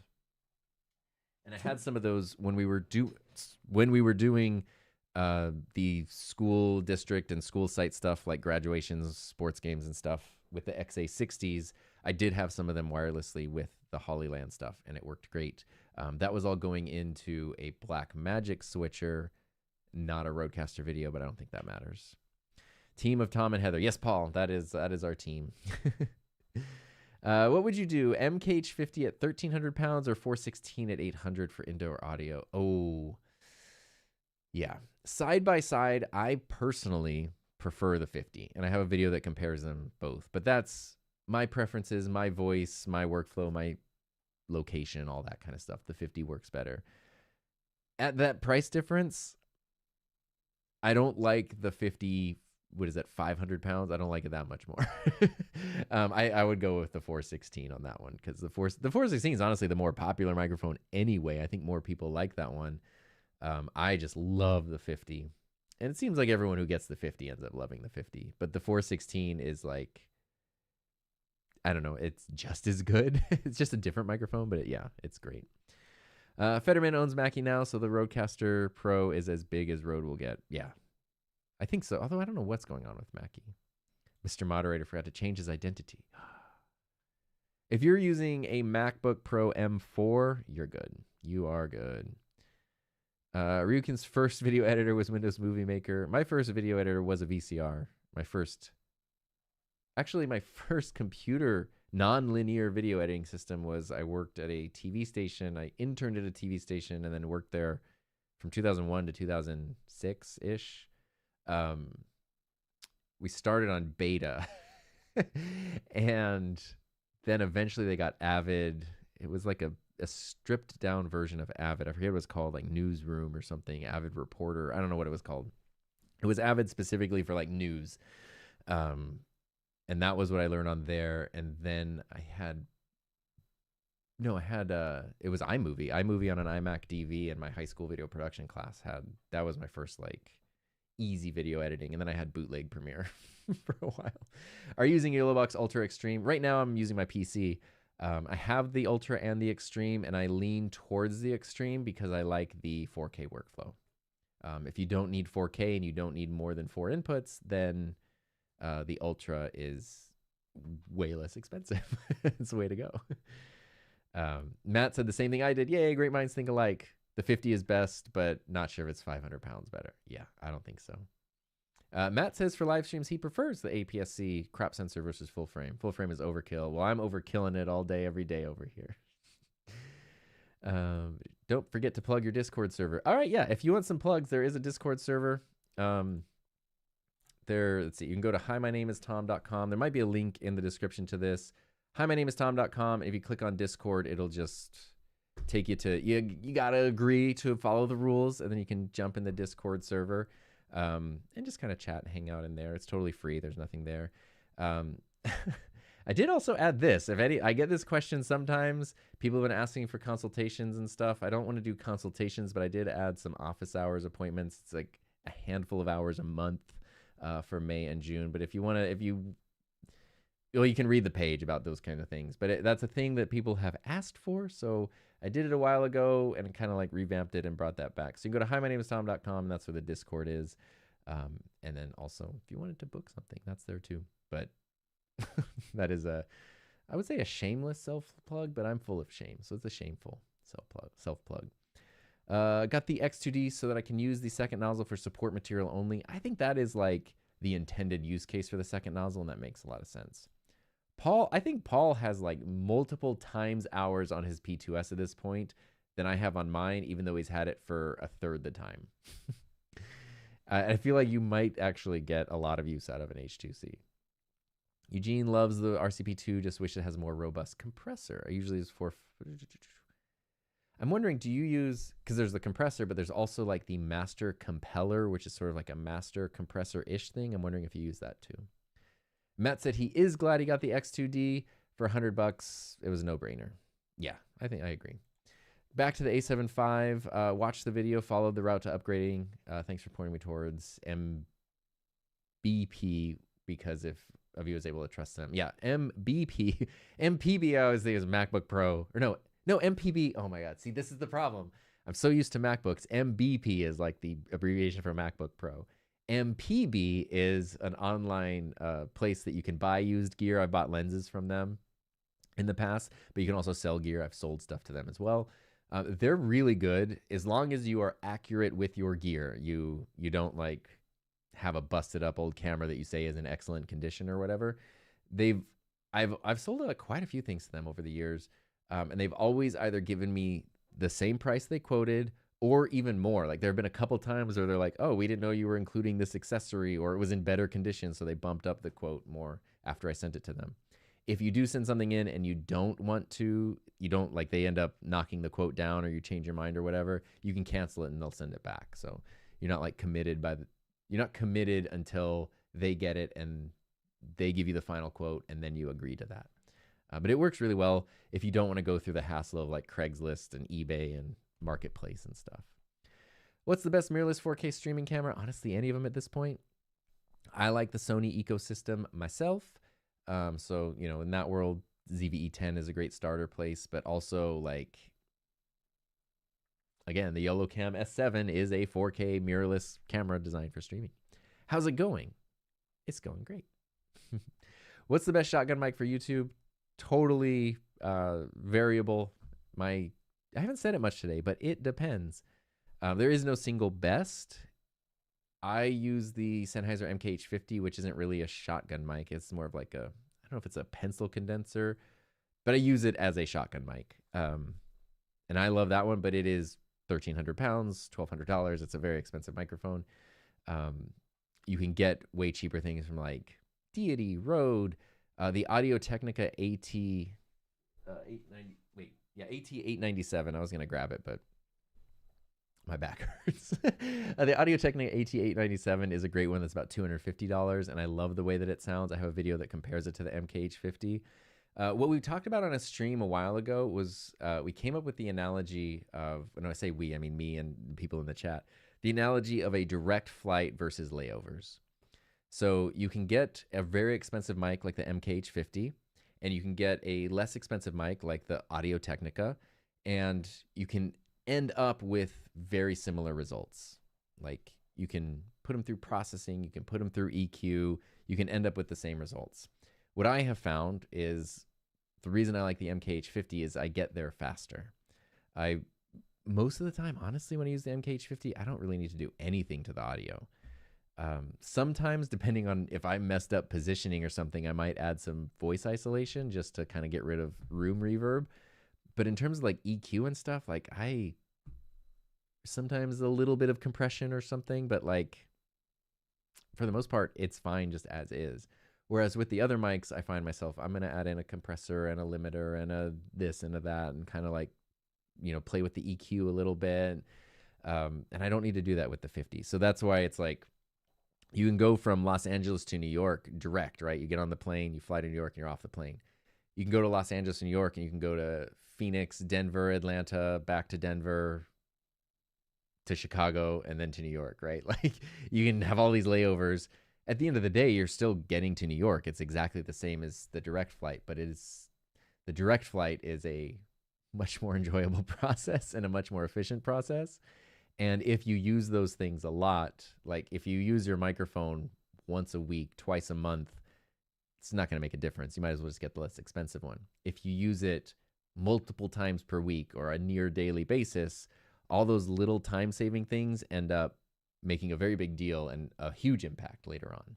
So yeah. Matt got the AMS HT for the second head. Yes, I have that. That's the setup I have for my X2D right now as well. I have the AMS2, and then the HT is connected to that, which is really cool. Does your new printer make you want the high-end printers now? Well, so I'm in this weird stage, Keith, which, by the way, Keith is fantastic. I saw the question before I saw the name. Sorry, Keith. YouTube is weird, right? Because I just bought my printer, my P2S last fall, loved it, super excited about it, made some videos because I was excited about it. But because I had a YouTube channel already that like even though it's not a 3D printing channel or wasn't really related to 3D printing for the most part, because there's an audience there and the 3D printing videos, people were interested in them, Bamboo reached out and then was like, hey, yes, well, if you want printers, we'll send them. Well, actually, that's not true. That's a way simplified version. What it was I did a video about the P2S where I talked about the waste, and it can do multicolor stuff, and it's fantastic, but it can create a lot of waste and take a lot of time. Bamboo reached out, and they were like, hey, we have the H2C, which if you want to test it out, it would pretty much eliminate all of those issues you had with waste and time. And I said that I actually didn't want to do that because I like just like I bought my printer. I'm just sharing about my printer. You know, it's simple. I like that. But then, and I was like, I'm barely learning the P2S. I don't feel like I don't need like the flagship printer. A couple months went by and I felt like more comfortable with the P2S. I was starting to have questions about the H2C. I learned more about the H2C. And then so I was like, hey, yeah, you know, if you're still open to like letting me test it, I'd love to check it out. But they still went through the same ethics statement, everything that's on my website, where there's no commitment on my part to make anything, say anything, like, and they were super clear about that. Like, we do not expect you to make videos in return or anything, but just check it out.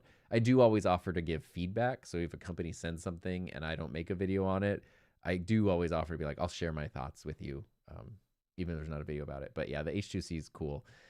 So anyway, the reason I'm telling you that is because I went from the P2S, which is just like a super reasonable printer, to then like the H2C, which is their flagship printer.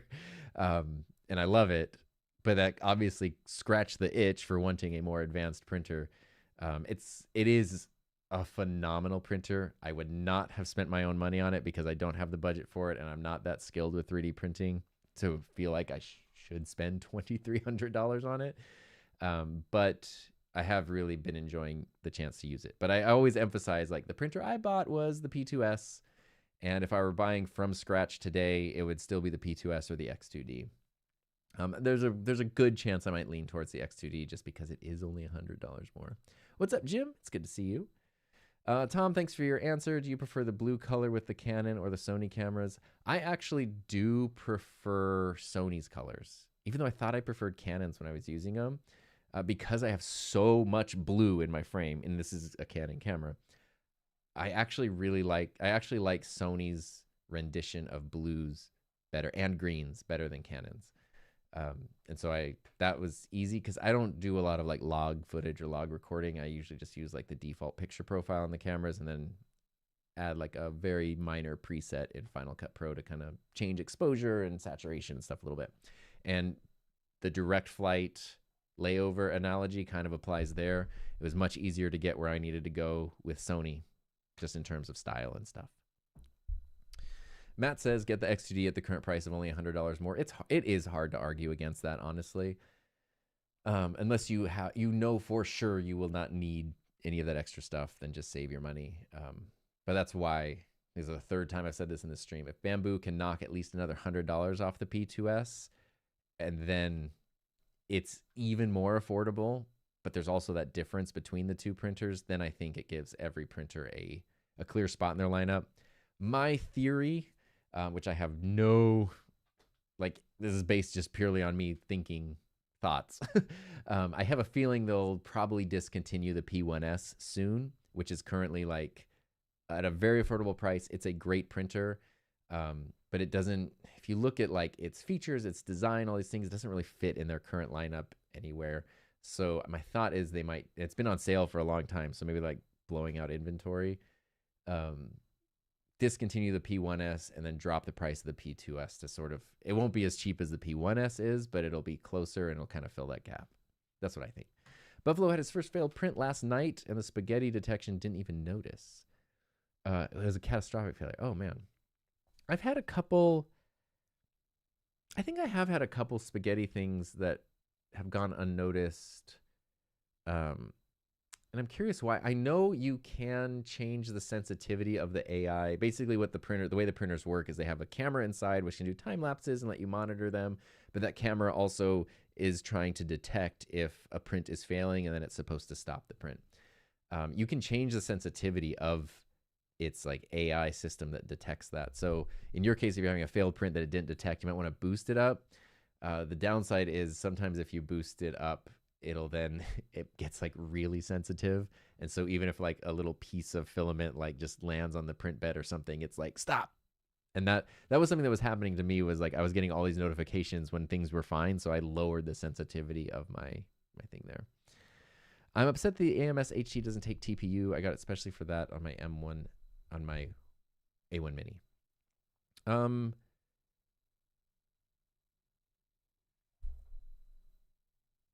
Yeah, sorry. I'm confused because Bamboo does make TPU for AMS, so that works. The HT though specifically does have a TPU. It has like a separate like hole for TPU. And I'm just wondering, like, the AMS, like the big AMSs, if you use the TPU for AMS, you don't need to do anything different. You just put it in there and it runs it through like normal. This is interesting. This is why I like these questions. Now I want to look. Bamboo AMS HT. I want to be able to see if I can show you what I'm talking about. I don't know if they'll show it here. They show the back of the thing. Oh, here. You can kind of see here. This little, this thing is actually a separate output for TPU. I would think that if you're using TPU for AMS, you would just run it through the normal way, which is actually in the front here. You run the filament through here and it gets sent out the back. If you're using TPU, so this makes me think it could take TPU, but it just needs to go through here and not through this system. So I don't know. That's what I, if anyone has thoughts or answers, that would be cool. Greetings from Istanbul. What is up? What's your storage solution for your workflow? We do have a NAS system. We have a Synology DS920, which has been 4 or 5 years now. I think it's 48 terabytes total. So everything is archived there. You know, the thumbnails and the finished videos and most of the raw footage. I don't keep my raw talking head footage because I usually have 2 or 3 cameras running for 40 minutes, and that means you end up with like 2 or 3 40 gigabyte clips, which we don't need that. But I save all my B-roll and all that kind of stuff, or like my more interesting footage. Everything gets archived there. Everything gets backed up there. What I would love if we were in a situation that is connected to our Ethernet, but none of our offices have like Ethernet. So everything's actually done on Wi-Fi, and it's not nearly fast enough to like edit off of the server. I can browse stuff and pull footage when I need to, but even that's pretty slow. Even uploading, like archiving the footage actually takes a bit of time. So it's a total pain, honestly. But it's nice to have that backup, and that's what I use. Prior to that, I just used a bunch of Samsung SSDs, which was great because they were cheap. Now they're not cheap anymore. So yeah. Anthony, what's up? I now teach volunteers at a local church how to use AV equipment. I'm so excited to hear that. I am really happy to hear from you. And I, without doxing you, yes, I know who you are. And I appreciate you. I just realized YouTube has captions on live video. Yes, that is cool and interesting, and I don't know how that works. Keith loves the EOS R. Have 2 and use them every week on my live stream. They do 4K. Yes. If I was doing 4K on the EOS R right now, it would be like literally like, oh, that's like that dance move, that Pulp Fiction move. But it would be doing that on my face right now. And I'm using a 35 millimeter lens. I could put,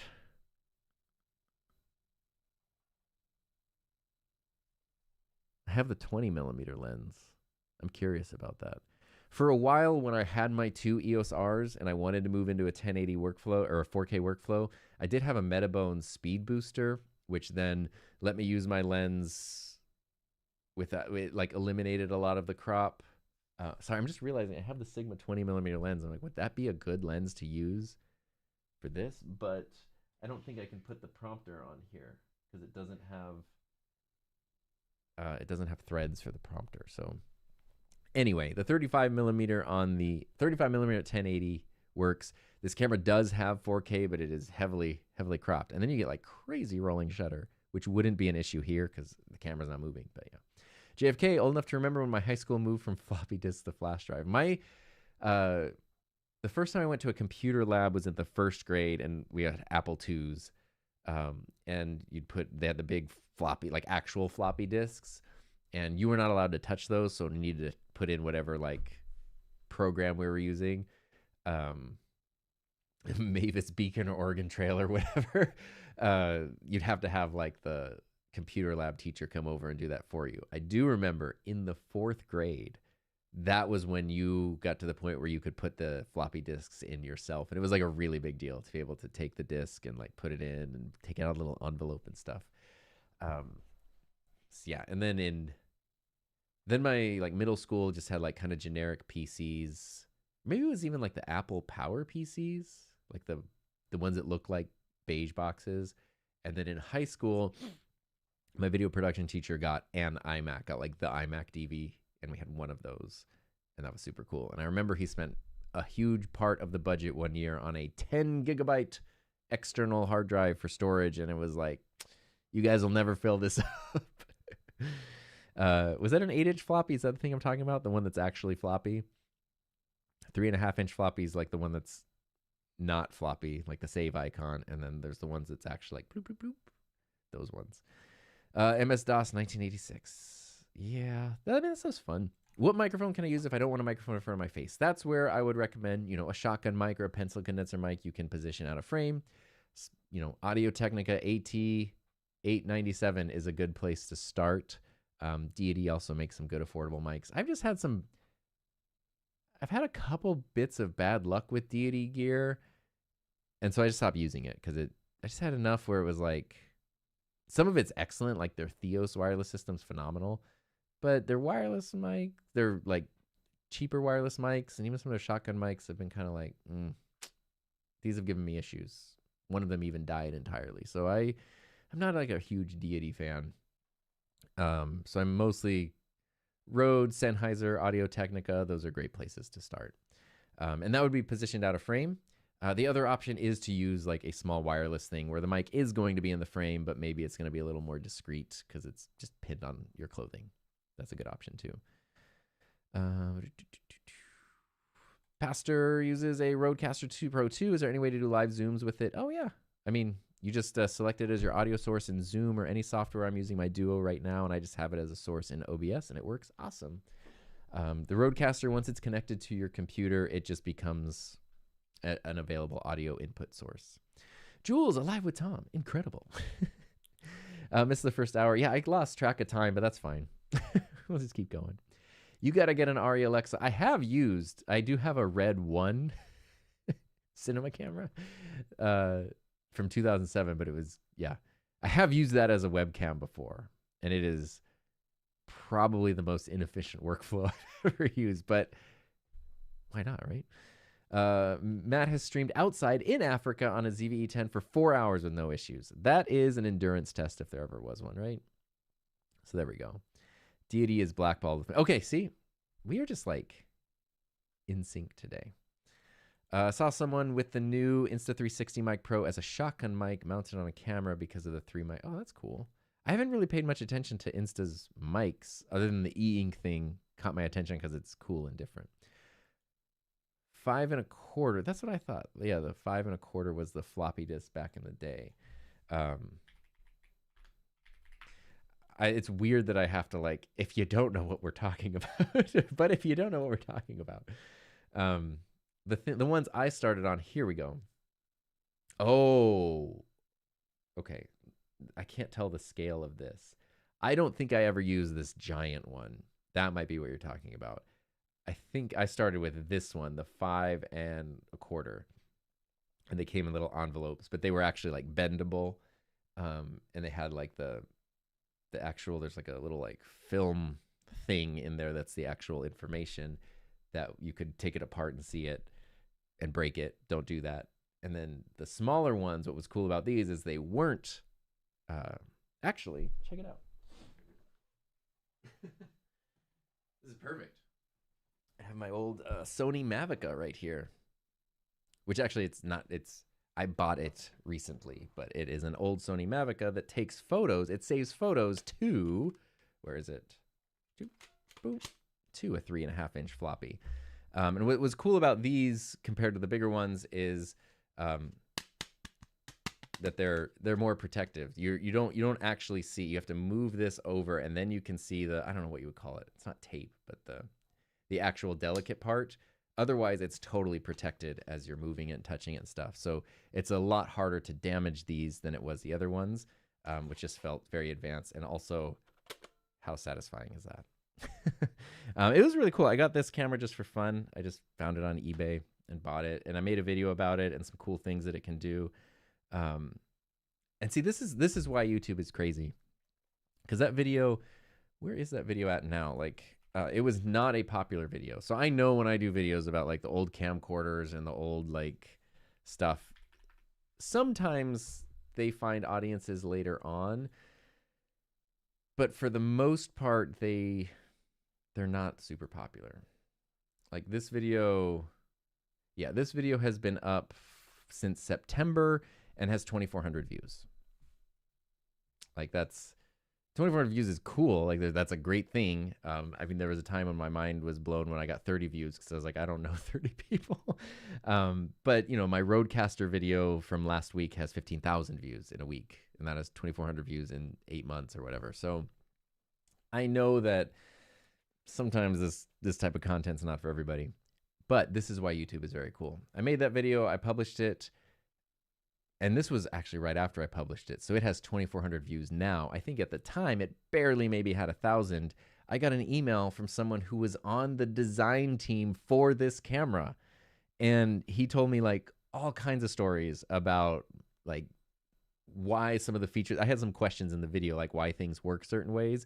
He like literally answered those questions because he had like specific memories of them discussing it and developing it and solving the problems and stuff, and just told me he was involved in a lot of other cool Sony products from that era as well. But I tell you that story because that is a cool thing about YouTube, right? Is like, that's not a successful video. It didn't make any money in the grand scheme of things compared to other videos on my channel. Not a lot of people watched it, but it actually connected me with like someone really awesome that I learned a lot from, that I would have never been able to cross paths with otherwise.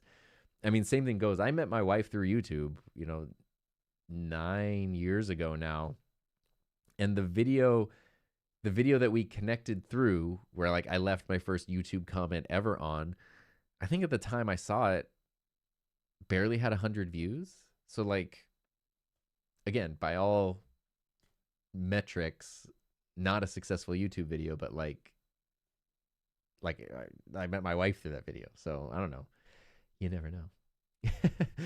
Let's see here. What are your camera settings? ISO, shutter speed, aperture. Your videos are very crisp. Yeah, prime lenses. I use basically the same settings. So my ISO in here can just be set to 100. I know, especially with the Sony cameras, some people have said like, oh, you should put it at like, is it ISO 800 or 640, whatever the native ISO is, and then use an ND filter.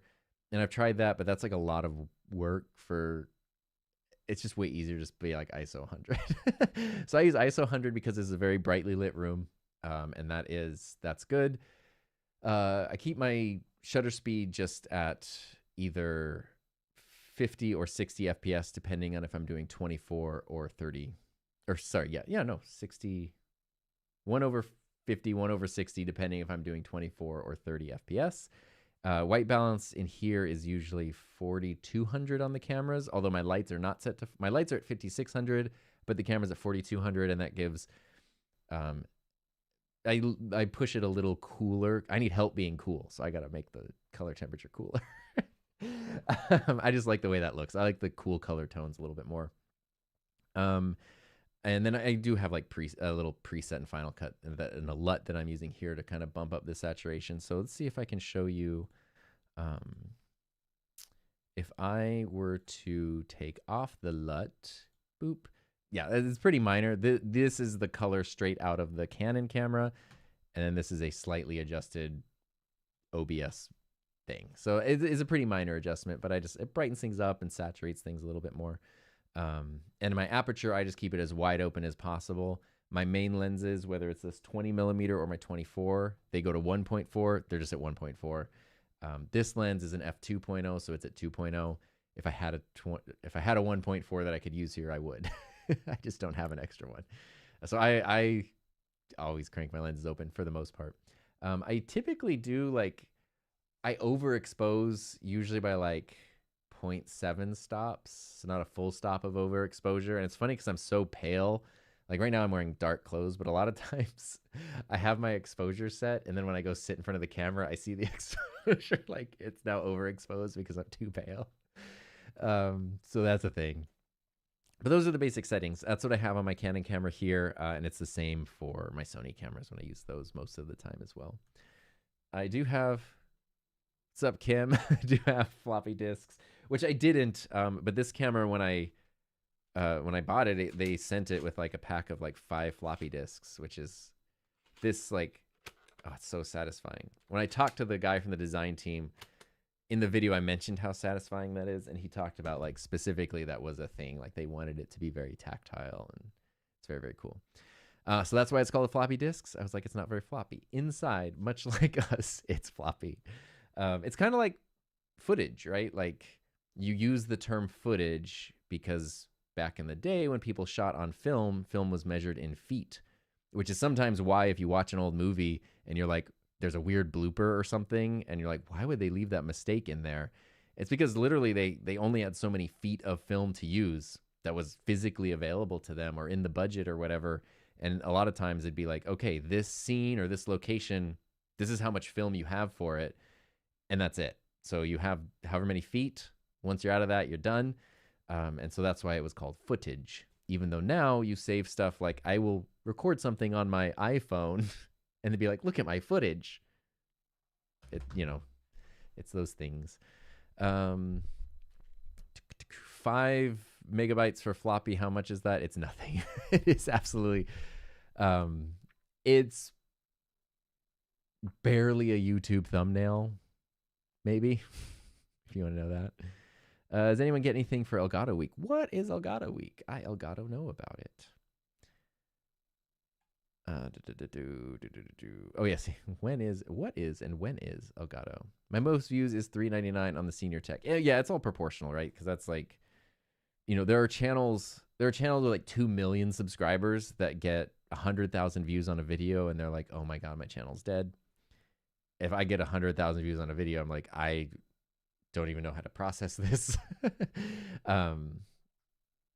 So it's all proportionate, right? So I do remember the feeling of like, for a long time it was 50 views. If I get 50 views on a video, I was like, that's definitely more than like the 3 times I watched the video to quality control check it. There's not a lot of people in my real life I know that watch my videos, but that's definitely beyond anyone in my real life who I would know. And that means there are people I don't know who are watching the videos. So 50 for a long, long time was a big deal. But it grows with the channel. Where I'm at now, I'm grateful for everything because you are not entitled or whatever to any number of views or attention. But sometimes if I can get a video that gets like 2,000 views, the videos come out at like 5 a.m. usually, or always.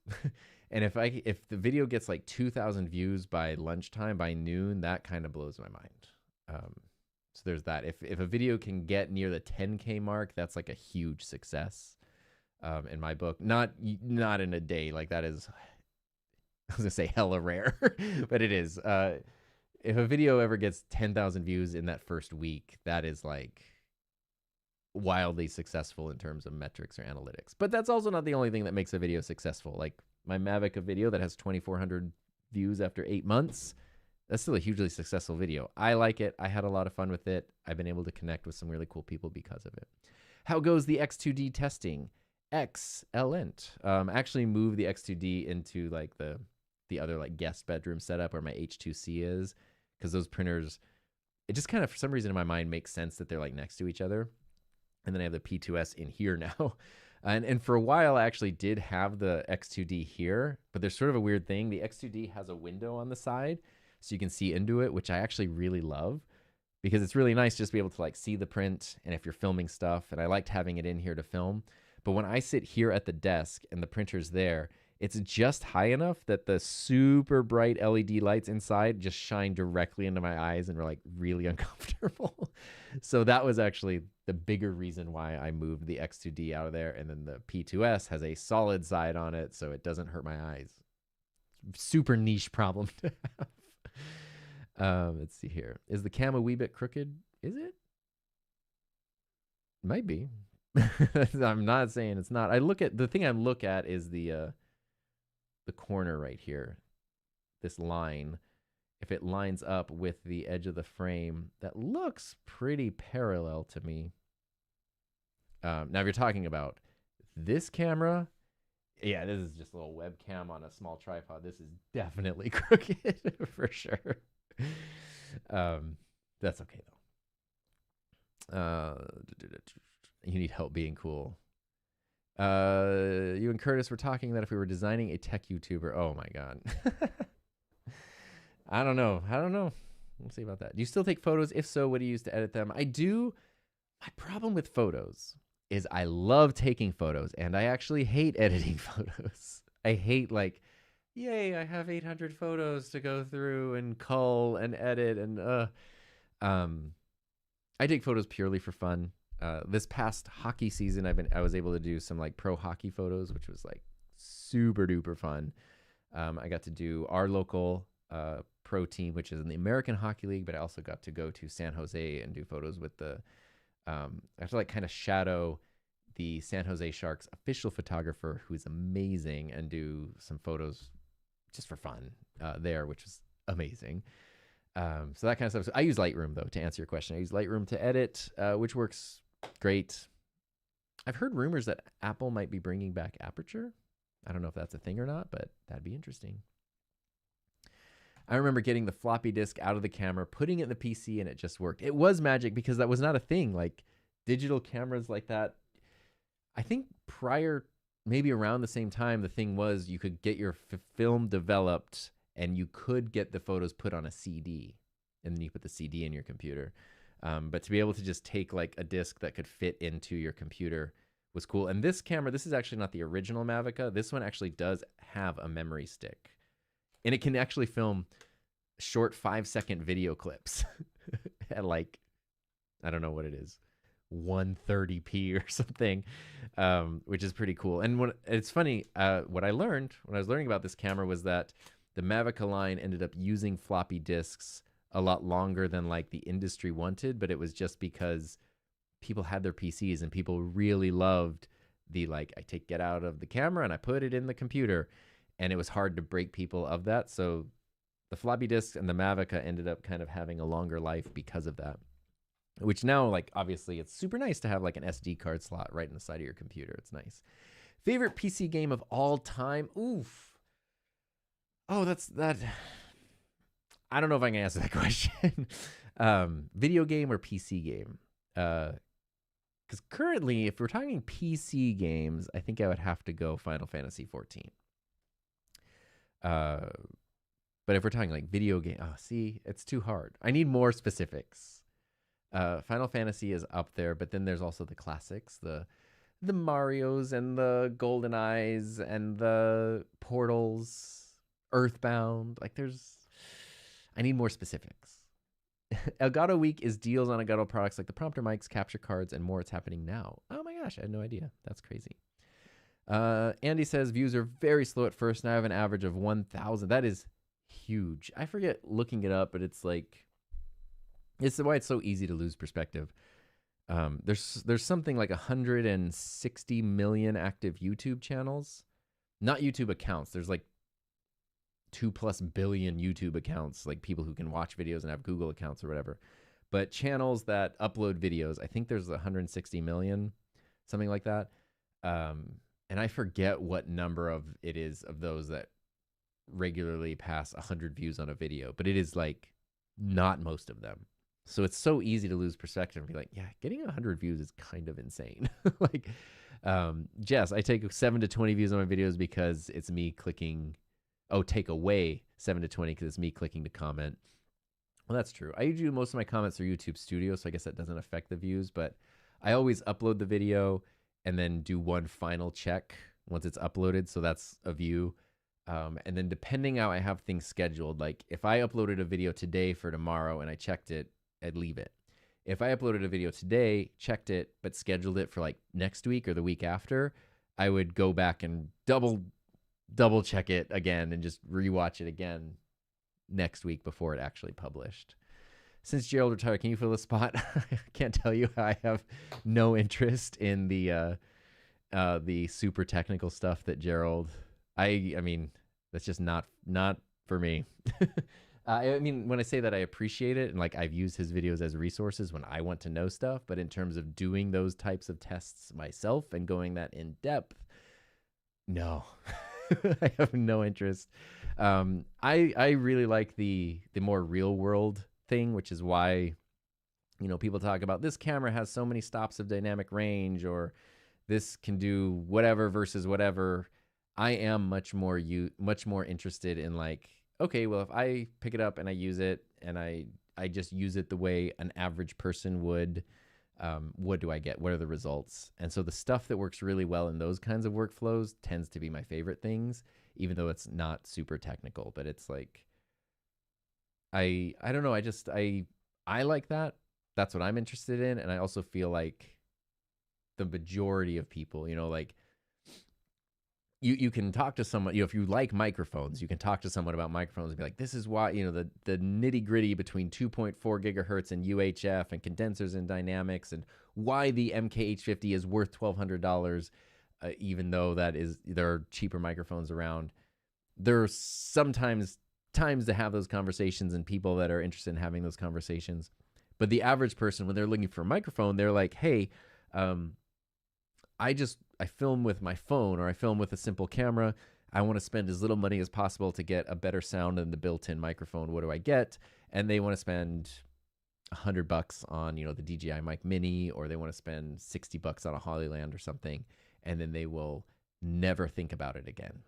And so I am interested in those cases. And this is kind of a thing that really became interesting to me in the last 2 years or so. I noticed, I had the thought, like literally one day I was just kind of like scrolling through, I don't know, it was Instagram or something. And I realized, I was like, wow, everybody has good audio now. Like some people have excellent audio and some people have good audio, but it's like, it's almost weird when something has bad audio, which used to just be super common. Everybody's audio is really good because everyone does that. Everyone just buys a $60 wireless mic set, plugs it into their phone, clips it to their shirt or holds it, and suddenly everyone sounds really good. And I was like, that's crazy. That's crazy that it used to be so hard to get good sounding audio, and getting perfect audio, pristine audio, highly technically correct audio is still difficult and still a very big skill.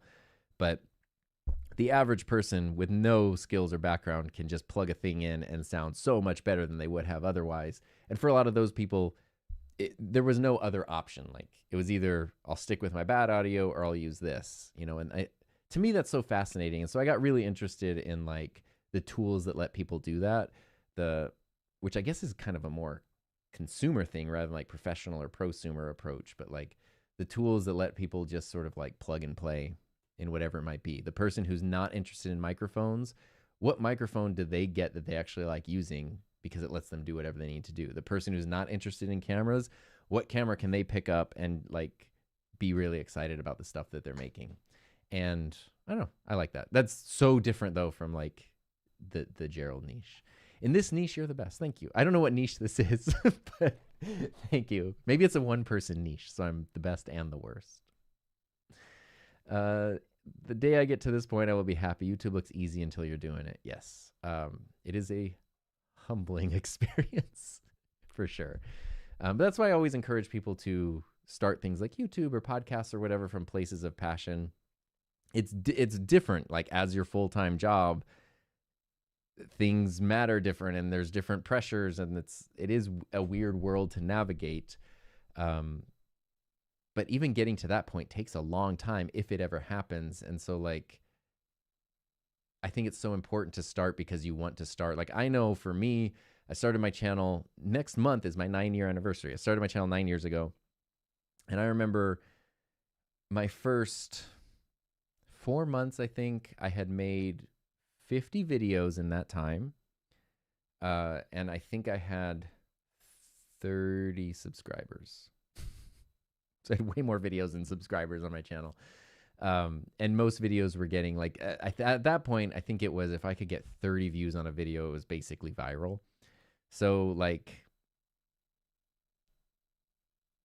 if you get into it for the reasons of like, I want to grow, I want to make money, I want to do all that, and you make 50 videos and you get 30 subscribers and your videos get 14 views, it's going to feel very demoralizing. But when I look back on that time, that is like, those are some of my best memories ever, because it wasn't even about at all like subscriber growth or views. It was about like me getting comfortable making videos, putting myself out there, being creative, exploring new stuff. And that's why those videos are still on my channel, even though sometimes it can feel a little hard to watch them.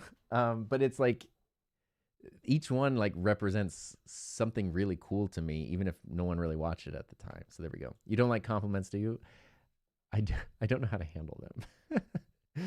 I work on the Lightroom team at Adobe. That's awesome. I'd love to chat more about your pain points. And oh yeah, please, that would be awesome.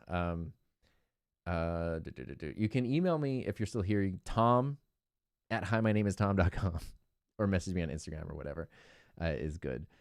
Do you sometimes buy secondhand online, or is it too risky? It depends. I actually just bought a lens for my mom from MPB. Because she has my old Canon XTI, which is just her favorite camera ever. And so she had broken the lens. She just needed like the 18-135 kind of kit lens sort of thing, which is hard to get, but it's a great lens. So I got it there. And it's great. Like stuff like that. I bought used lenses for myself from like B&H and stuff. It depends on where you get them from. MPB, and B&H are the two I've used, because I feel like their ratings are very accurate. MPB, I can't ever get it right. MPB is my favorite because they take specific photos of the specific product. So the thing you see on the listing is the one that you're going to get, and you can click and look at like the quality and stuff. And if they have issues or it's marked down, they have explanations and then sometimes photos of that thing. So if it says like this lens has a small crack in it, they'll show like a close-up photo of the crack. Which I think is really cool. So I've bought both. Generally, I buy new things. I don't buy big camera gear, like my main cameras, my main lenses and stuff. I don't get that stuff very often. And when I get it, my 6D, my FX3 being almost 6 years old, my A7S3 being 5 years old, good Lord, 6 years? Yes, old. My EOS R being 7 years old now. I got it in 2019. It was released in 2018. I got it in 2019.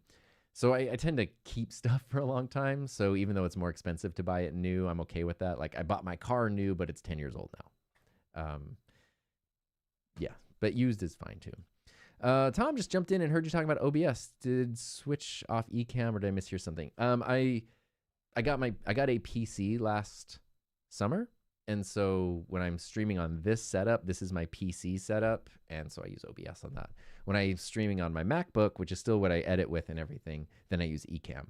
If I had Ecamm on here, I would use it, but OBS is great, and I like it a lot, and I just use the Aaron Precky's live chat overlay to pop up comments. But yeah, Ecamm would be my preference. Oops, I lost my place. How is latency on the monitor out on the Rodecaster video units? Would it work for gaming? That's a good question. I've not tried it. I don't believe they have true HDMI pass-through. That's something I would need to test. I'm not sure. But I know it's not advertised as like a gaming rig, so. Favorite PC game? Stick Figure RPG. Oh, is that yours? Or is that like, is there a game called Stick Figure RPG? Or is it like, are you talking about like old school RPGs? Yeah, I can tell you what I've been playing a lot of. Final Fantasy 14 is like my main game. But we also play a lot of Repo, a lot of Lethal Company. I've been doing Escape from the Backrooms. That's fun. There's probably more than I'm thinking of, but those are really fun games. Those are like fun games to play with friends online and stuff. Matt got upset with Apple when they got rid of Aperture. Yes, I was teaching at the time in a digital media program, and a lot of it was based on Aperture. And then they were like, never mind. You were a consultant at Apple at the time. My boss had to have a call with me. Yeah, it was a great program that they just got rid of. It's weird. How are you? I am good. How are you? Matt's favorite PC game is Halo. Heather did a lot of Halo, and Heather, I think, is literally playing Final Fantasy 14 right now. She also did a lot of, she's the bigger gamer than I am, but she did a lot of World of Warcraft back in the day. And I know hers is Chrono Trigger. Doc, speaking of the red one that I did, I use as a webcam, that was given to me by Doc. What if I told you I'm watching from 34,000 feet on my way to San Diego to do some production for Pat at Card Party? That's insane. That's insane. I'm in the sky right now. That's crazy. Fafine, I hope you have a safe trip, Doc. Fafine, Vocaster, Maono, and Rode made audio easier. Yes.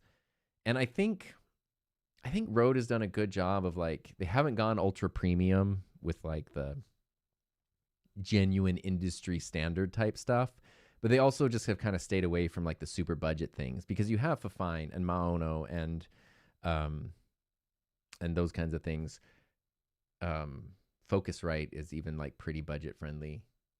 Although Fafine and Maono are, like, the super budget friendly things. Like, they kind of got it covered. If you want to spend $100 or less on microphones, interfaces, mixers, like, they're not perfect, but it is insane. If you took those back in time 20 years and showed it to someone, there's no way they would believe what you can get for, like, $60. It's crazy. Ryukin's going to go to sleep. Have a good night. Shure mics are flat, which is also easier. Yes, when we're talking about the difference in microphones, I'm running, I can actually take the processing off. So there, I turned off the processing now on the SM7B. This is just its default sound, especially with plenty of gain. It can still be a good sounding microphone, but it is a very different sound than when I add on my SM7B preset, which it's basically just a default one of the Rodecaster with some slight tweaks for my specific voice. It sounds different, but that's what's nice about Shure mics, especially the SM7B. It's so neutral that then you can kind of, like, tweak it to suit almost any voice. Doc says, by the way, if the 150 million channels, of those 150 million YouTube channels, only 65 million are active. I mean, it is, like, crazy when you think about it, right? That there's 2+ billion YouTube users and 65 million active channels. Like, that 65 million channels is a lot of channels, but that's a pretty crazy ratio, right? Ratio is the right word there. What's your view on separate channels? There's a do as I say, not as I do answer. The general thing, which is probably pretty good, is a different channel for a different audience. So if you do gaming videos and now you want to do baking content, it probably makes sense to do different channels for that. It's also like, what do you want out of it? I have a second channel that I don't upload on very frequently, but it is literally like, I'll put whatever over there. I'll put a vlog, I'll put hockey stuff, I'll put, you know, any kind of, like, I'm interested in this, and I'll just put that over there. And it's like, it's not that I don't care. I care about making videos that I think are good, but it's like, I don't care about how they perform. I don't care if tons of people watch them or not. And it's nice to have that outlet in a second channel where it's like, I just want to make a thing, almost like back in the day where it's like, I put it out there, no one watched it, but I got so much out of the process. That's what matters. Having a channel as your full-time job, you know, I'm going to do a podcast episode about how I almost killed my channel by using YouTube's course feature. You got to be careful with stuff like that. So there's practical reasons. The energy of, like, managing separate channels is something that I just, like, don't have, period, which is why now I have 3D printing videos on the same channel as, like, my live streaming stuff. Although if you go back and watch, I have 3D printing videos on my channel before I have audio video related content on my channel. So it's not totally out of line. It just was dormant for a long time. But yeah, that originally, like, I was like, oh, if I want to make a 3D printing video, I should put that on my second channel. But my channel was so dead at the time that I was like, yeah, who cares? Just put it on the main channel. Tom's Niche is Dad Jokes, Microphones, Podcast, 3D Printing. Yeah, there you go. And I throw 3D printing, what I would actually really like, I don't have any, like, specific plans, but I've always liked what I call creative technology, and I would put 3D printers into that category.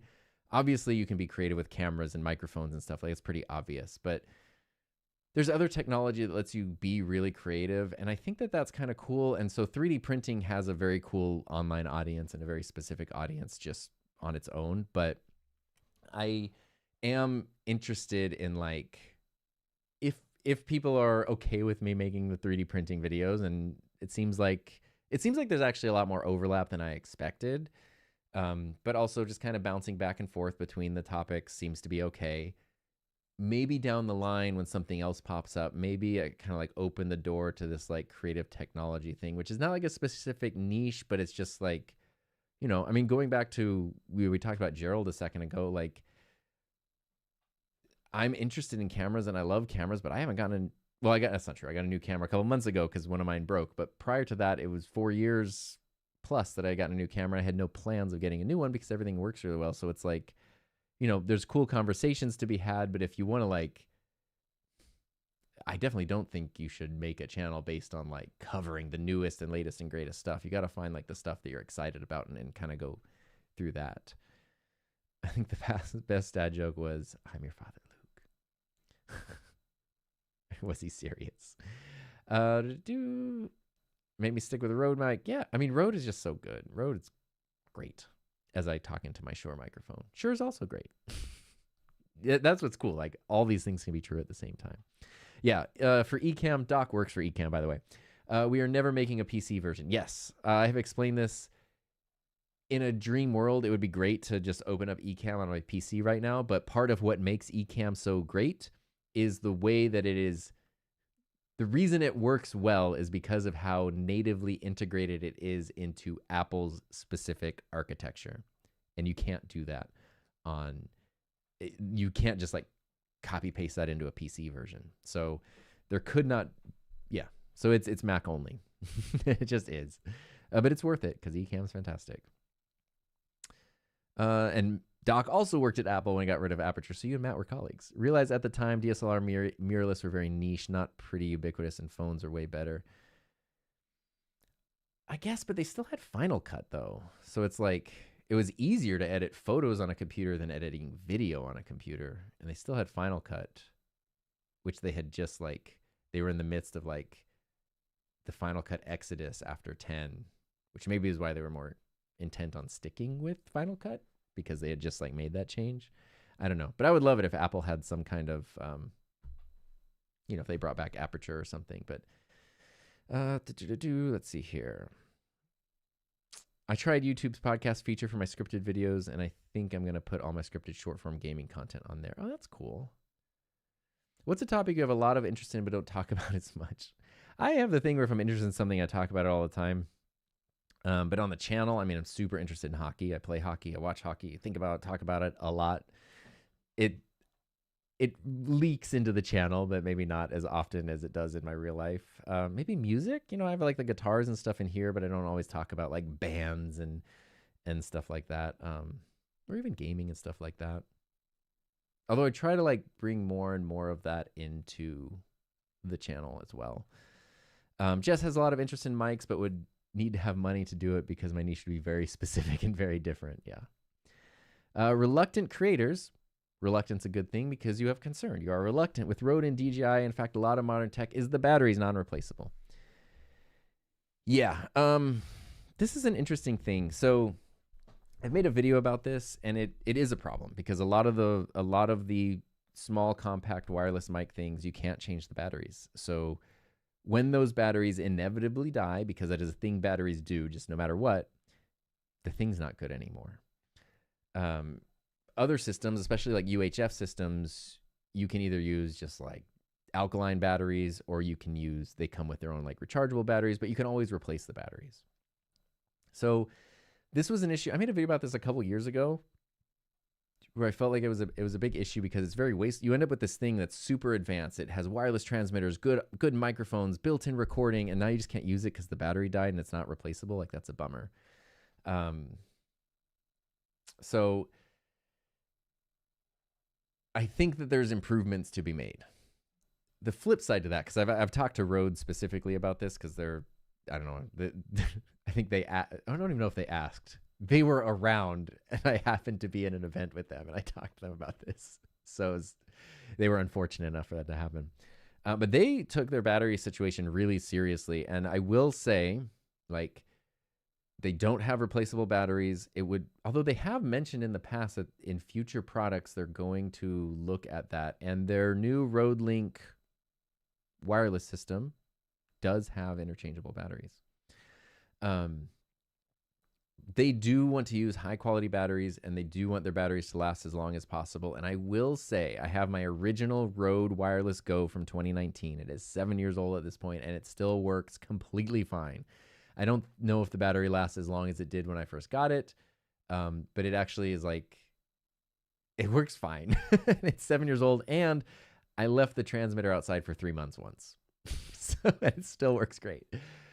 So the only of those wireless, those like 2.4 gigahertz wireless systems, the only one that I've ever had actually die where the battery totally failed was my Deity one. It died. Deity died.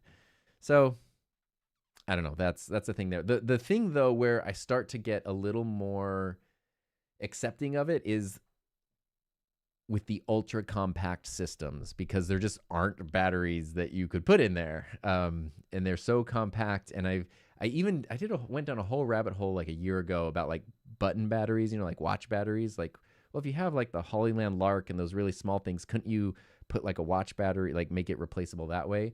And it's just like the capacity and the power of the batteries, the built-in ones that are in there are so much better and more efficient than the watch batteries would be. And then it's like, okay, well, that's fine. Can you take those out? Those systems are just so small that like the way that they're made, they just kind of are just mushed together. It would be cool if there was a solution, especially I know like the $40 Amazon one isn't going to do this, but the DJI Rode Hollyland ecosystem, if they could do something where it's like a replacement service, that would be cool. Like, but then I don't know, like the thing would be out of date by the time the battery died. So I think there are some trade-offs to be made. I would prefer interchangeable batteries because they're good for a million different reasons. But on the ultra compact, super tiny systems, I'm much more forgiving of non-replaceable batteries, because that is like, in some cases, just from a practical design standpoint, it's the only way to have that product.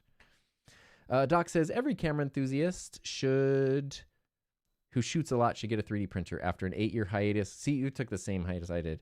Coming back has been huge. I love printing accessories I need, especially for one-off uses, and especially for niche things. Like when there might be an issue that you have that you can solve that maybe no one else has. It's like unique to your setup, and you can make something to do that. Or it's super, super niche, so you're not going to find a product online to buy, but you'll find someone on Maker World or whatever who like made the design. They're the other person with that problem, and now you can print from them.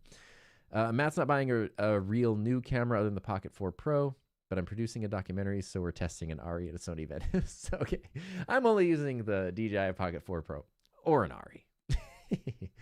Saves time on useless Amazon purchases, which is funny, but I've said this to people a lot where they're like, what do you print? And I'm like, honestly, this sounds goofy. But a lot of the $8 to $15 things you have to get on Amazon where it's like, I just need this little thing, this connector, adapter, organizer, mount, stand, whatever. A lot of that you can just print, and like that is actually kind of huge. Doc, can I just DM y'all to print something? Yeah, have Doc do that. Heather has been doing a major glamour dresser cleanup in Final Fantasy XIV with her stream on Big Prog. Move hundreds of items to the armoire. Yeah, but see, that's because Heather's leveling up like you can be multiple roles, multiple jobs in Final Fantasy XIV, and she's like leveling them all up to certain things. And then when you get to that point, you can clear out all the low-level gear that you don't need. I have not gotten to that point, so I'm not sure that I'm going to be there. Can you make a video about the tentacle sync system and how to set it up with timecode on the Sony FX3, FX30? Honestly, that's a video I need to watch rather than make, because I have zero experience with tentacle sync, and I'm not super experienced with timecode. Although, honestly, I probably should be, because most of my videos have multiple cameras, and it might actually be like a huge game changer for my workflow. Jess bought an $11 Outsider Lav mic because it's a cheap phone gimbal and use it to start vlogging. I mean, it is It's crazy that's a thing. You can buy an $11 wireless mic and it actually works. No, it's not going to sound as good as like a Sennheiser or a Rode, but it's also going to sound better than the built-in mic, and it's going to be completely workable. Yeah. So I got excited when we made 3D printed mic arm because I wanted to make an actual 3D printed microphone. I've been thinking of like different mic accessories, and that's a fun thing too. Is like a thing I wanted to do is because you can get translucent filament that looks like the old. Well, I can show you actually. Um, kind of like kind of like this. So I made a case for my Hollyland. This has been a couple of videos. I made a case for my Hollyland Lark mic system. But see how there's like a translucent filament, and even stuff like this is. It looks like that. Kind of remember like late 90s, early 2000s. Everything was clear plastic. What I've been wanting to do is like cobble together like my own random things. Like I don't know, like yeah, like make my own microphone, make my own, I don't know, handheld gaming system or something, and like do this, or even like take some of my old camcorders if they have like panels that can be easily taken off, like replace those with like some cool translucent things. I think that'd be really fun. Matt got a notice of firmware on the X2D. Let's go. I want to go check that out. And actually, I'm really hungry. So I'm hungry for firmware, and I'm hungry for lunch. So I guess this is where we can wrap it up. I appreciate everyone being here. This, I cannot believe it was almost 2.5 hours because it does not, it feels like 40 minutes to me. All the streams are really fun. For some reason, I just had like extra fun today. And Jess, I hope you do get a 3D printer because they are incredibly fun. And they're way more accessible and way more user-friendly now than they've ever been before. Yeah, they're fantastic. So all that being said, appreciate you for being here. I hope you have safe, happy, healthy, fun rest of your day. I'll pop up my end screen if everyone in the chat wants to say goodbye. And I guess that's it. This was a ton of fun. Like, I cannot tell you how much y'all made my day. So really appreciate it. And how do I outro? Oh, here's my outro. All right. I'll see you guys later. Bye-bye.